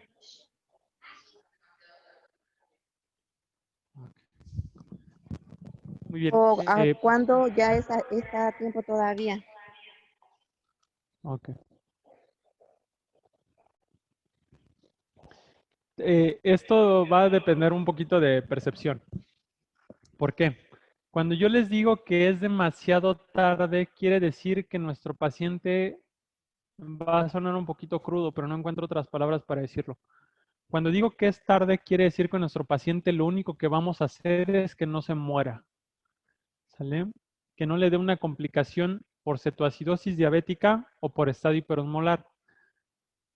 Yo le llamo tarde al hecho de que la diabetes mellitus es la enfermedad que causa más discapacidad de las enfermedades prevenibles. Entonces, imagínense una persona que a sus 30 años ya no puede caminar porque le falta un pie. O imagínense una persona que a sus 40 años se tiene que jubilar porque ya no ve bien, ¿no?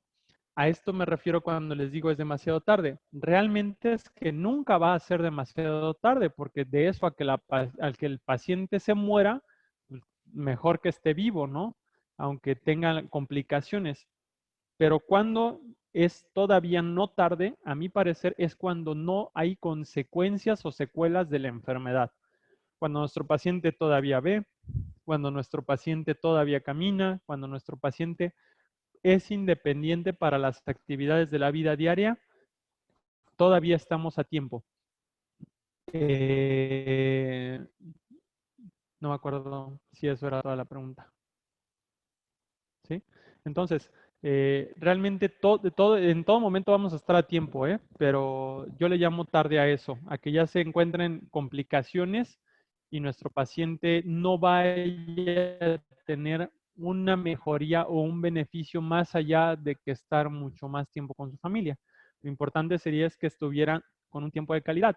Un paciente que lamentablemente pierde alguna extremidad, ya no se puede movilizar, etcétera, o pierde algún sentido, ¿no? Como la vista, por ejemplo, o el tacto, o es un paciente que vive con dolor, porque recordemos que hay una enfermedad que se llama neuropatía diabética, como ya les comenté, así como los nervios del ojo se ven afectados por el azúcar y se quedan ciegos los pacientes, también se afectan los nervios de las piernas.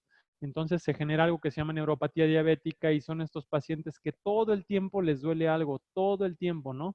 Me duelen las piernas, siento que me arde, que me caminan hormiguitas, me arde la planta del pie y van al doctor y llévame al doctor y son estos pacientes que viven muy mal, viven con mucho dolor. Entonces, pero realmente nunca va a ser tarde para iniciarle la terapia. Espero haber contestado esa pregunta. Bien, Sí, sí, gracias. le cedemos la palabra de favor a Miguel Ángel para que formule su pregunta. Adelante, Miguel Ángel. Ok, muy buenas tardes, doctor. Mi pregunta es, una paciente con hiperglucemia mayor de 800, casi ya de 1000, ¿qué tanta insulina podemos administrar rápida y en qué tiempo la podemos estabilizar su glucosa?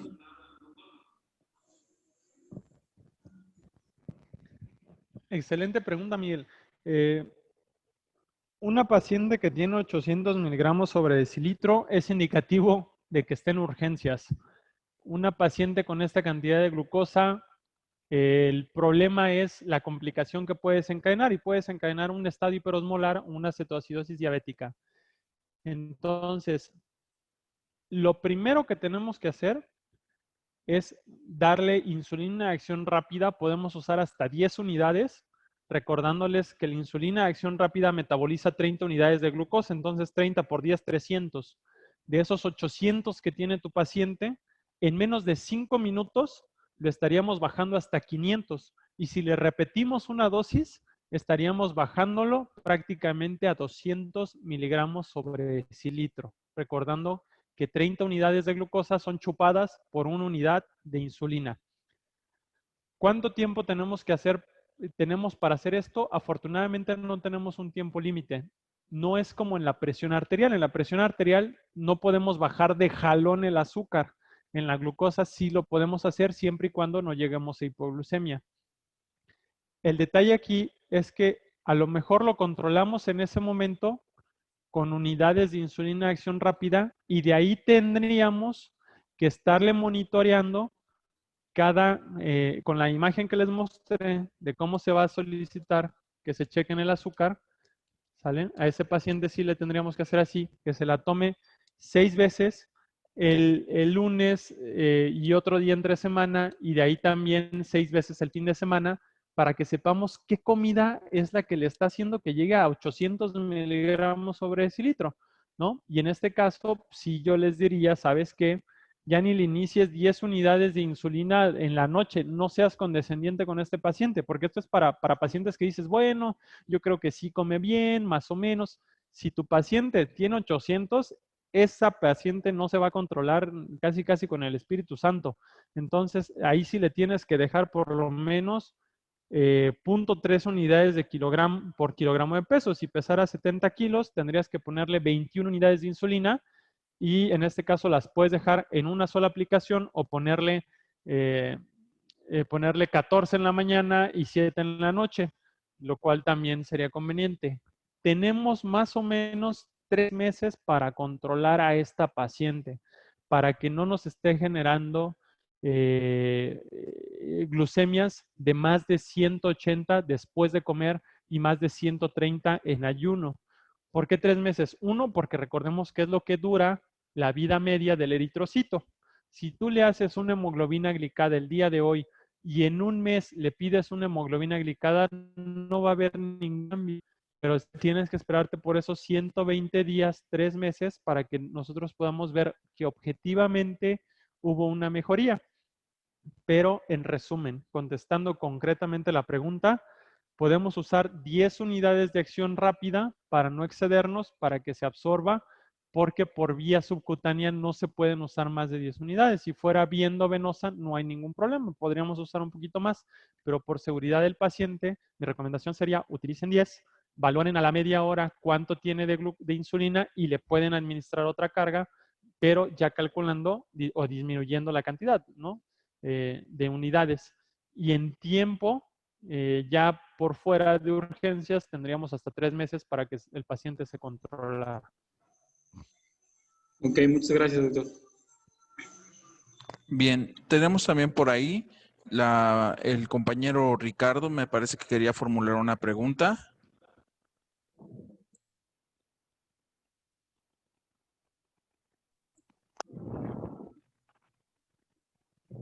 Bueno, vamos a pasar a dar lectura a algunas preguntas que están en el chat. A continuación las leeremos. Doctor, nos pregunta la compañera Analí, menciona que si al iniciar un tratamiento con insulina se debe de iniciar solo, es decir, lo que se conoce como monoterapia, o también se pueden, se deben de interrumpir los hipoglucemiantes orales o se pueden dar junto con estos. Okay. También es muy interesante esa pregunta, Analí, ¿verdad? Sí, Analí, porque efectivamente hay hipoglucemiantes orales que no se llevan con la insulina.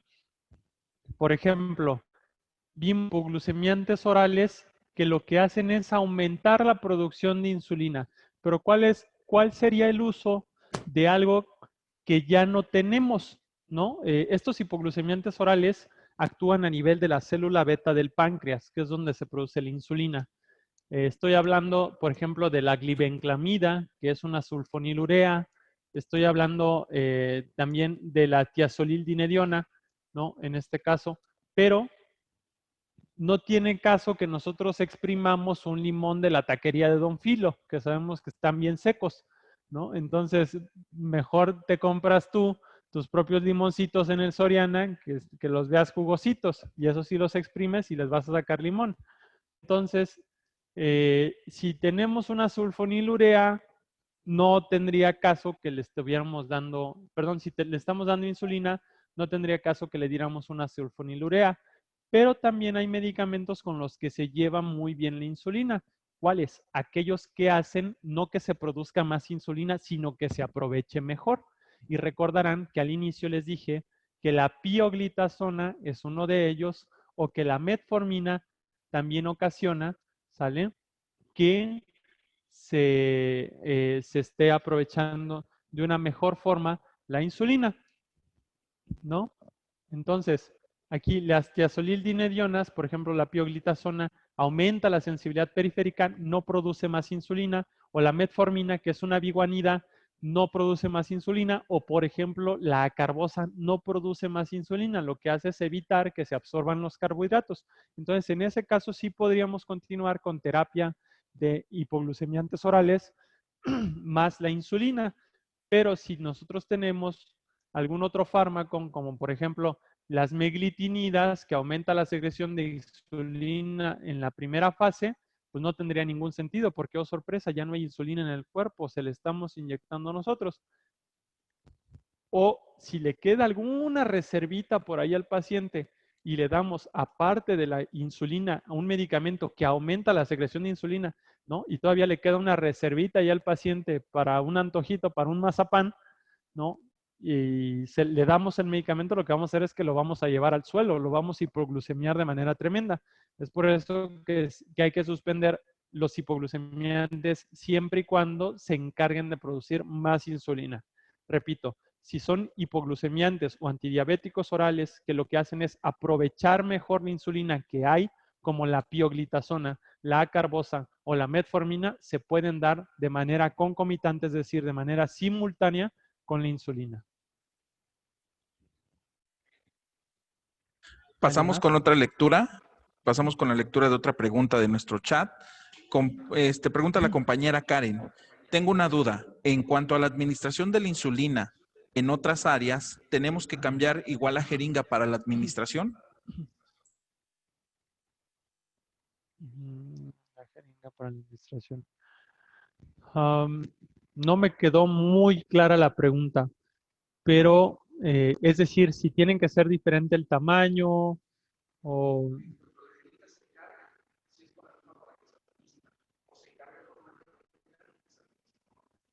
ya. No, bueno, independientemente voy a contestar todas las posibilidades que se puedan de esa pregunta. Se tiene que cargar y se puede cargar e inyectar con la misma aguja, no hay ningún problema, con la misma jeringa. Todas las jeringas tienen que ser jeringas para insulina. Las jeringas para insulina tienen una graduación con líneas desde el 0 hasta el 100, porque cada línea representa una unidad. Se puede cargar e inyectar con la misma aguja, no hay ningún problema. Muchas veces se prefiere cambiar para que pues, sabemos que pierde el bisel, el filo de la aguja, entonces se prefiere cambiar esta aguja para que se pueda inyectar el paciente. La jeringa subcutánea es una jeringa muy delgadita, con un bisel muy cortito, pero también es muy levemente dolorosa, y se los puedo decir por experiencia propia. Ustedes, va a sonar tonto, normalmente diría alguien decente, no lo hagan en casa, pero yo les voy a invitar a que lo hagan en casa y se compren una jeringa de insulina y se tomen el pliegue y se piquen la panza. Es muy poquito lo que duele realmente, aparte de que el bisel es muy cortito y muy delgado. Entonces no hay ningún problema, se puede cargar, aplicar con la misma, no depende del sitio. Únicamente lo que va a variar dependiendo del sitio es la velocidad de la absorción del medicamento, pero fuera de ahí no cambia nada. La compañera Yasmín pregunta, ¿qué pasa si la insulina no se inyecta bien en el brazo en los 90 grados que se recomiendan? Ok, lo que puede pasar, uno, es que no se absorba de manera adecuada. Si no se absorbe de manera adecuada, pues nuestro paciente nunca va a estar controlado. Y dos, independientemente de si se aplica de manera no adecuada, lo que puede causarnos es una irritación local, nos puede dar un poquito de dolor local y también nos puede dar algo que se llama lipodistrofia.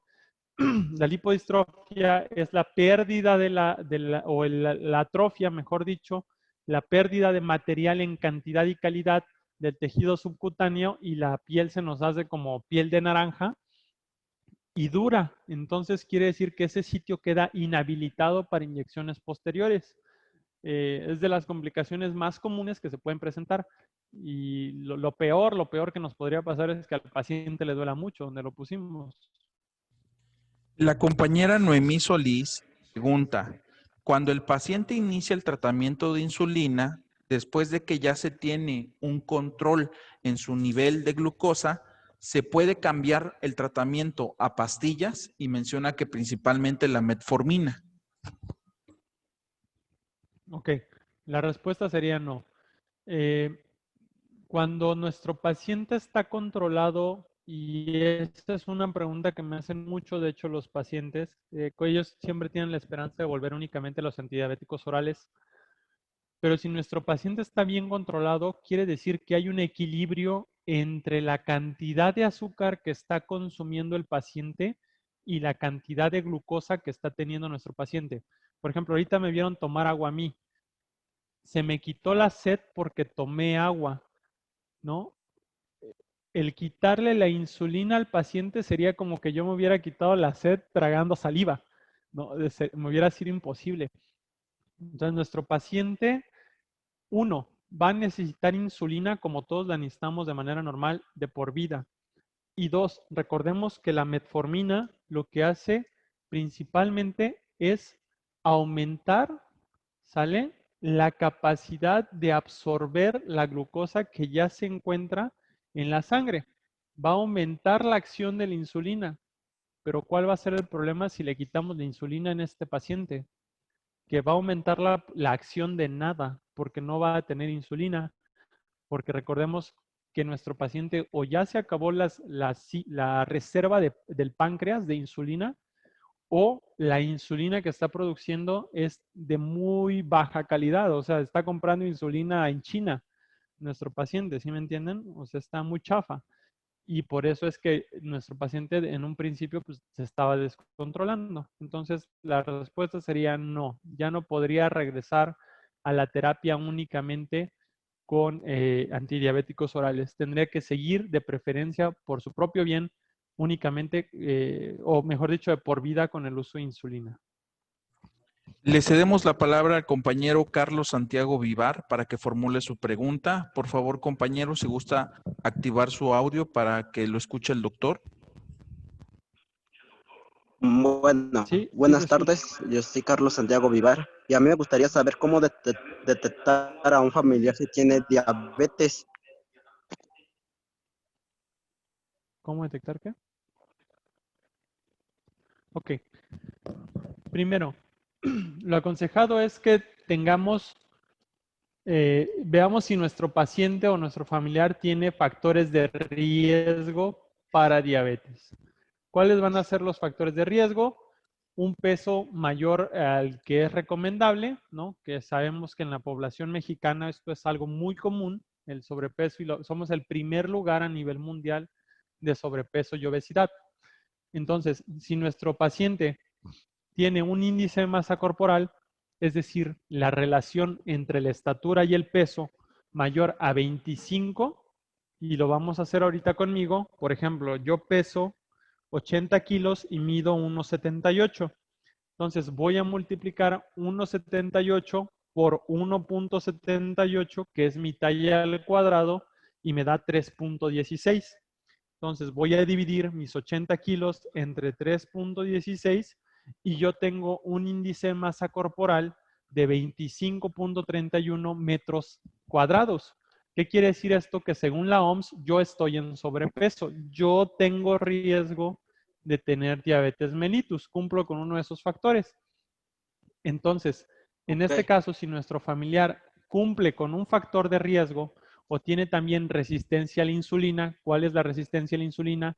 La pérdida de vello corporal en las manos, en el dorso, por ejemplo, o en los antebrazos, o en los miembros pélvicos, o a nivel abdominal.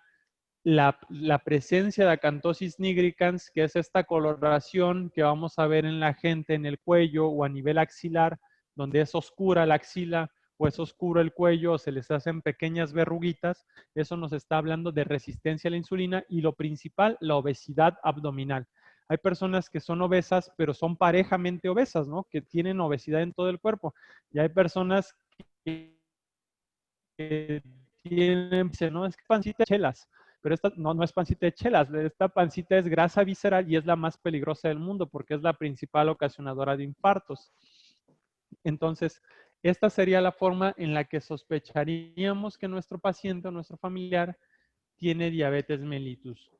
¿Cómo vamos a saber si realmente tiene diabetes o no?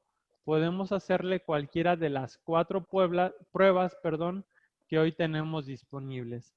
La primera prueba consiste en tomarle el azúcar en la avena y en ayuno, con 8 horas en ayuno, y ver si tiene mayor a 126 o igual de 126 miligramos sobre decilitro de azúcar, o también podemos tomarle un Destrostix en el dedo, así en cualquier momento llegar de sorpresa y, te agarré, ahora sí te voy a picar el dedo. se la tomamos y si tiene mayor a 200 también es diagnóstico de diabetes, o podemos tomarle una hemoglobina glicada, que es una prueba mucho más cara, que si nos dice que tiene mayor a 6.5 tiene diabetes, o le podemos dar a tomar un vaso con 75 gramos de glucosa que sabe horrible y medirle a las 2 horas cuánta azúcar tiene, y si sale arriba de 200 es diabético. Tenemos estas 4 pruebas disponibles, recordándoles que se tiene que repetir en caso de que nuestro paciente no tenga una franca hiperglucemia. Si tiene 400 de glucosa ya no se la repitan, pero si tiene 126 exactitos, repítanle la prueba. Gracias. ¿Quién más? Tenemos otra pregunta también aquí en el chat. Menciona la compañera Heidi Juárez. ¿En qué parte del cuerpo es mejor aplicar la insulina? Ok. La mejor región y más utilizada es la región abdominal, la región del vientre bajo, ¿no?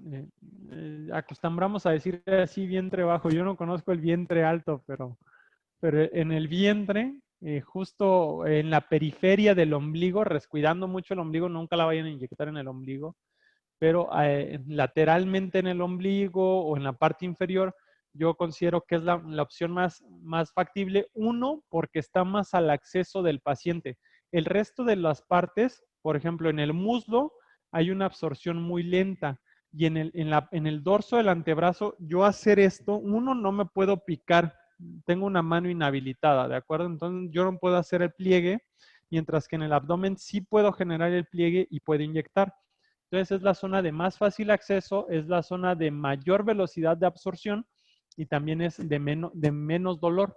Entonces, sería la opción más óptima. Ahora que si bien tu paciente, estás tú en el hospital y no está el camillero por azares del destino y te dicen, ¿sabes qué?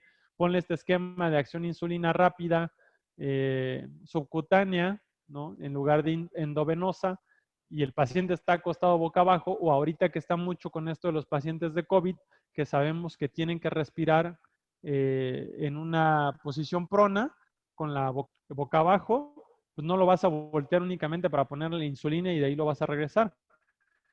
¿Sale? Lo que vas a hacer es que vas a seleccionar precisamente el dorso de los brazos. Sería una opción, pero si no, en el abdomen, sin duda, es lo mejor. Pregunta a la compañera Micaela que hasta cuándo se debe de cambiar una insulina por otra. Okay. Depende. Si nosotros tenemos un paciente que le acabamos de iniciar la insulina, digamos, le iniciamos insulina NPH, que es una insulina basal que dura más o menos 12 horas, que tiene un inicio de acción a las 2 horas de que se administra, es decir, 2 horas después de comer, por eso se administra antes de la comida. La podemos cambiar, uno, hasta que nuestro paciente ya no se controle con esa insulina. Dos, hasta que nuestro paciente tenga amplio riesgo de hipoglucemias, por ejemplo, que sea un adulto mayor, ¿no? Le pudimos haber iniciado la insulina NPH cuando tenía 50 años, pero digamos que que le fue muy bien durante 20 años y llegó a los 70 el paciente, pero el paciente de repente se vuelve olvidadizo, se le pasó la insulina de la mañana, ahora ya se va a poner la de la noche, pero eso hace que se descontrole en la glucemia. ¿Sabes qué? Mejor vamos a cambiarle una insulina de acción prolongada. ¿Cuál sería una insulina de acción prolongada? La insulina glargina, que no dura 12 horas como la intermedia, que es la NPH, sino que la glargina dura 24. Entonces, esto, uno, le ahorras al paciente una aplicación. Dos, no se le tienen que estar, no tienen que estarse recordando que se tiene que inyectar. Tres, como no tiene picos la insulina, no hay tanto riesgo de hipoglucemia. El paciente va a estar siempre con el mismo nivel y eso va a ser bueno. Pero las dos recomendaciones serían cuando no se está controlando nuestro paciente o cuando tenemos que agregar una dosis de insulina extra o hay algún riesgo a la insulina que está usando actualmente. Si no, si nuestro paciente está controlado, puede durar una eternidad con esa misma insulina sin ningún problema. Bien, el compañero Ricardo Peláez pregunta, ¿en niños el suministro de insulina también es el mismo método que se utiliza para adultos o tiene algún otro método? Sí tiene un método diferente. Normalmente en niños depende, por ejemplo, si estamos hablando de que, creo que no lo mencioné, si un niño tiene diabetes, normalmente uno es una diabetes tipo 1, ¿no? Es algo totalmente diferente. La diabetes tipo 1 en este caso, o es lo que esperamos que se encuentre en un paciente diabético tipo 1, la dosis de insulina sería 0.5 a 1 unidades por kilogramo de peso, que son las dosis de insulina basal. Es un poquito más elevado que en el diabético tipo 2, porque en el diabético tipo 2 todavía hay un remanente, algo que queda de insulina. En el diabético tipo 1 no hay nada. O sea, en el diabético tipo 1 de plano, si está vivo, es por obra del Espíritu Santo. ¿Sale? Entonces sí cambia un poquito la dosis de requerimiento y también depende pues del kilogramo que tenga el niño y demás. Hay otros tipos de diabetes que no estamos mencionando aquí, como la diabetes tipo MODY, que significa Maturity Onset Diabetes of the Young, que es diabetes de la adultez instaurada en la juventud, o la diabetes LADA y demás cosas que realmente no vienen a colación en este momento, pero en el caso de que sea un paciente con diabetes tipo 1, vamos a seguir esta pauta de insulinización. Como ya les comenté, es un poquito más agresiva. Acá empezamos desde 0.1, acá empezamos desde 0.5, porque de plano no hay nada de insulina. Entonces, sí varía un poquito únicamente en la dosificación, pero fuera de ahí, el mismo régimen. Es decir, tenemos que tener una insulina basal, se puede utilizar una insulina de acción rápida, etcétera, etcétera. Y aquí sí sin antidiabéticos orales, porque no nos sirven para nada. Evilut Cruz pregunta, ¿qué se puede hacer con un paciente que sufre de hiperglucemia, pero que al momento de tomarse la glibenclamida cae en hipoglucemia de hasta 50 miligramos sobre decilitro? ¿Es recomendable iniciar con la insulina? Okay. Yo diría que en este momento no, todavía no. Bueno, depende. ¿Eliud? Evilut. Evilut. Ok, Evilut, si tu paciente al momento de tomar glibenclamida disminuye tanto la glucosa, quiere decir que tiene muy buenas reservas todavía de insulina. O es decir, tienen todavía una función de la célula beta pancreática muy activa. Ahora bien, no es recomendable utilizar glibenclamida en pacientes adultos mayores. También hay que tener mucha consideración con eso. Si tu paciente tiene 70 años y le están dando glibenclamida, no es para nada recomendable, porque el riesgo de una hipoglucemia es muy alto. Entonces, ¿qué sería ahí lo recomendable? Uno, suspender la dosis de glibenclamida y dos, utilizar o un antidiabético oral que podamos controlar mejor, como la metformina, como la pioglitazona, como la carbosa, o también iniciar dosis de insulina a dosis muy bajitas, ¿no? Entonces puede ser de 0.1, por ejemplo, ¿sale? Para que sea la dosis más baja que podamos utilizar. Pero si la glibenclamida está haciendo estos estragos, quiere decir que todavía hay una buena reserva pancreática de insulina, ¿eh? Lo cual no sería contraindicación para iniciarle nosotros insulina, sino más bien no administrar este medicamento que está exprimiendo completamente a la célula y libera mucha insulina. Puedes darle algún otro, puedes darle, como ya les dije, a carbosa, puedes darle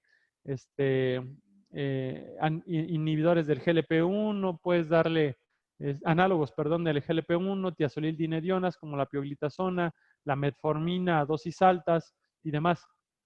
Y evitar, por supuesto, la sulfonilurea, que sería la glibenclamida.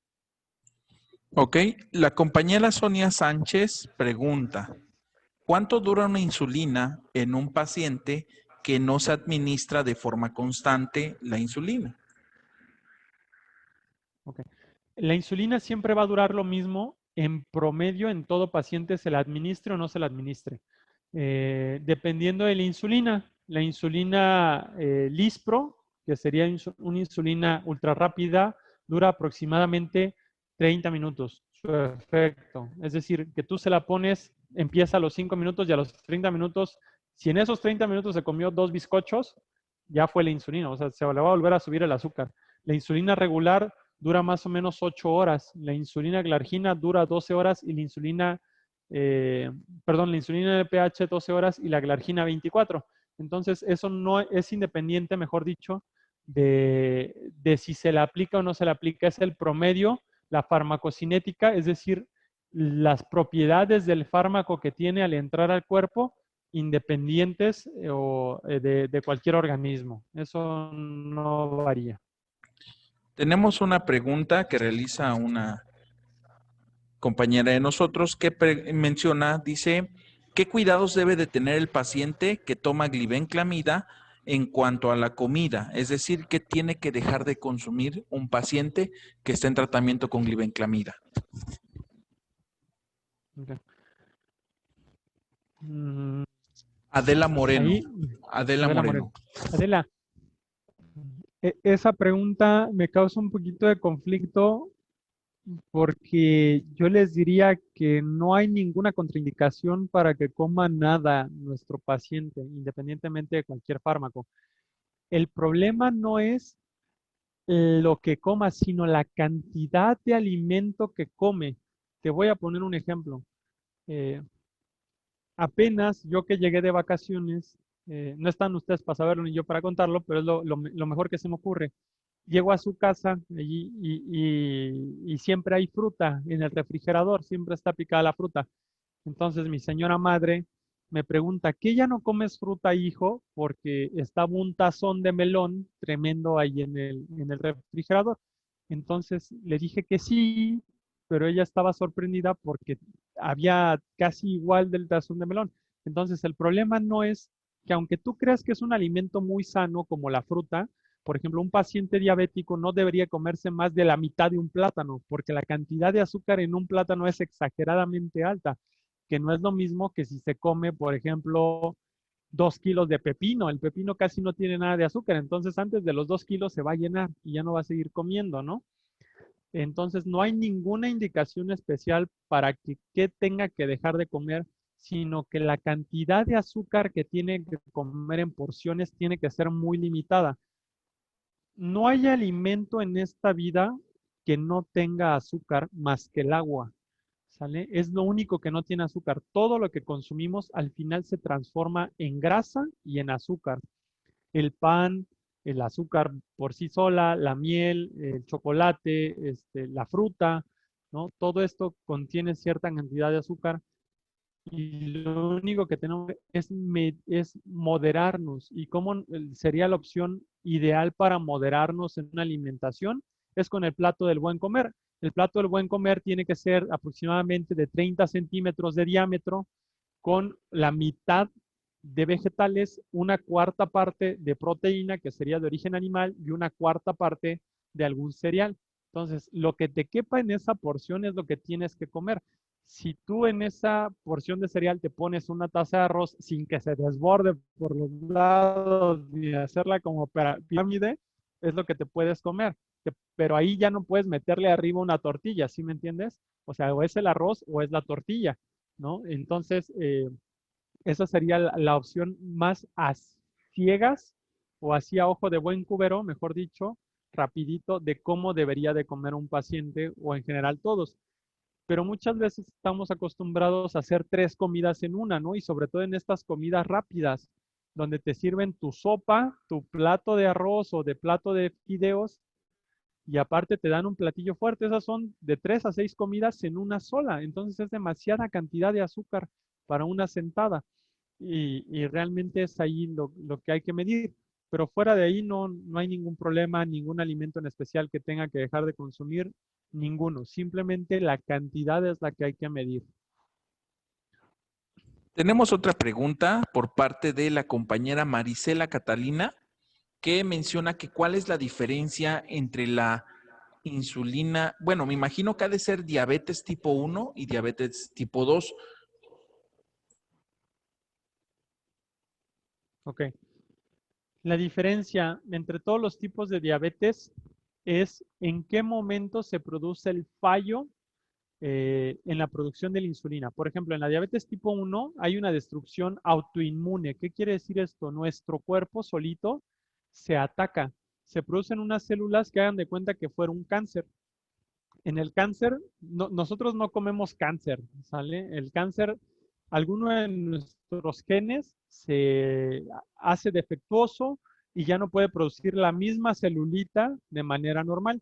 Entonces, al no tener la misma célula de manera normal, empieza a crecer un tumor y ese tumor pues, nos termina matando a nosotros mismos. Entonces, así sucede con la diabetes tipo 1.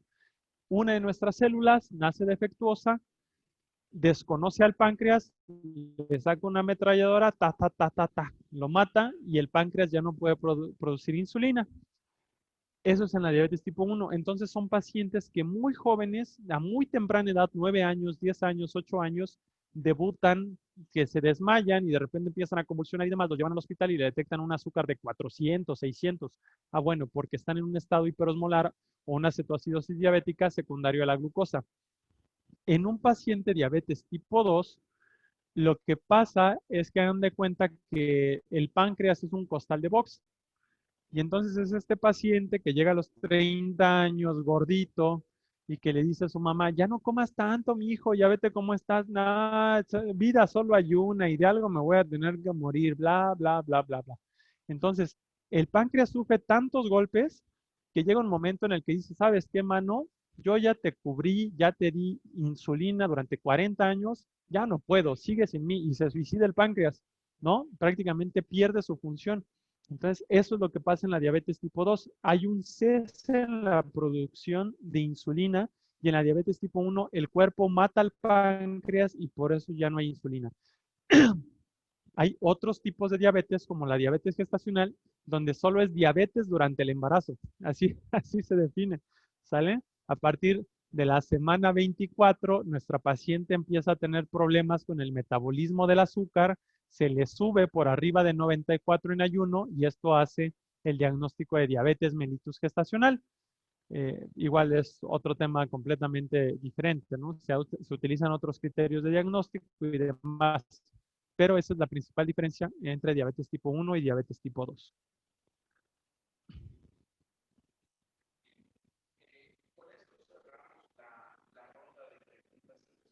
Con esto cerramos la pregunta de rondas y respuestas por parte de nuestro ponente. A continuación, vamos a cederle el uso de la palabra al maestro Constantino Sánchez Álvarez, quien es coordinador de estudios superiores del Instituto de Estudios Superiores del Pacífico Sur, y a la contadora Reina Ventura Domínguez, quienes harán entrega del reconocimiento al doctor Leonardo David Cruz Miranda.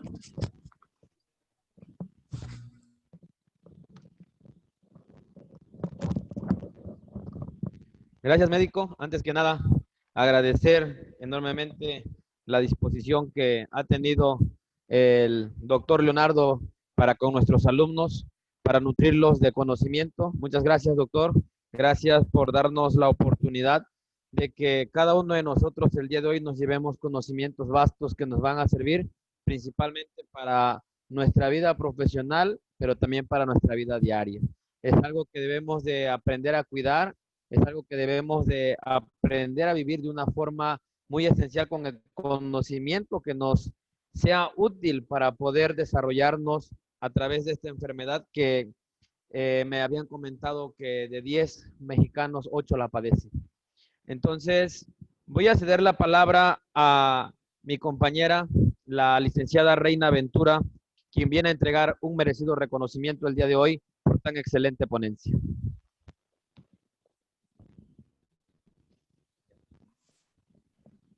Antes que nada, doctor, le agradecemos por esta excelente conferencia y me permito hacer lectura al siguiente reconocimiento.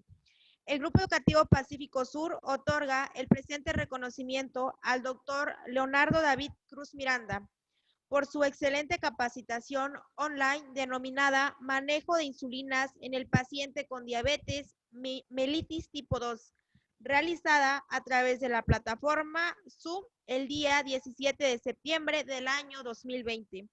Firma el licenciado Francisco Mozo Orcasitas, rector del Centro Universitario del Pacífico Sur. Muchas gracias, doctor.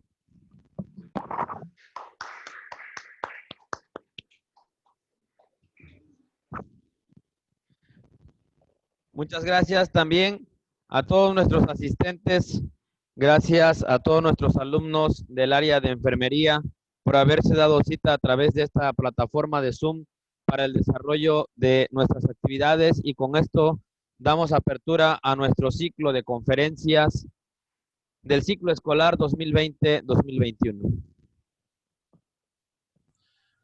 También les recordamos a todos nuestros asistentes que la videoconferencia fue grabada, por lo cual la subiremos más tarde, posteriormente, a las plataformas digitales para que compartamos con ustedes el vínculo, por si alguno de ustedes quiere volver a recordar lo que se abordó en el tema del día de hoy y además quisiera volver a retomar los apuntes que no pudieron haber anotado durante el transcurso de la conferencia. Les estaremos haciendo llegar el vínculo para que puedan acceder nuevamente a esta videoconferencia del día de hoy. Muchas gracias a todos y que tengan una excelente tarde. Gracias, doctor.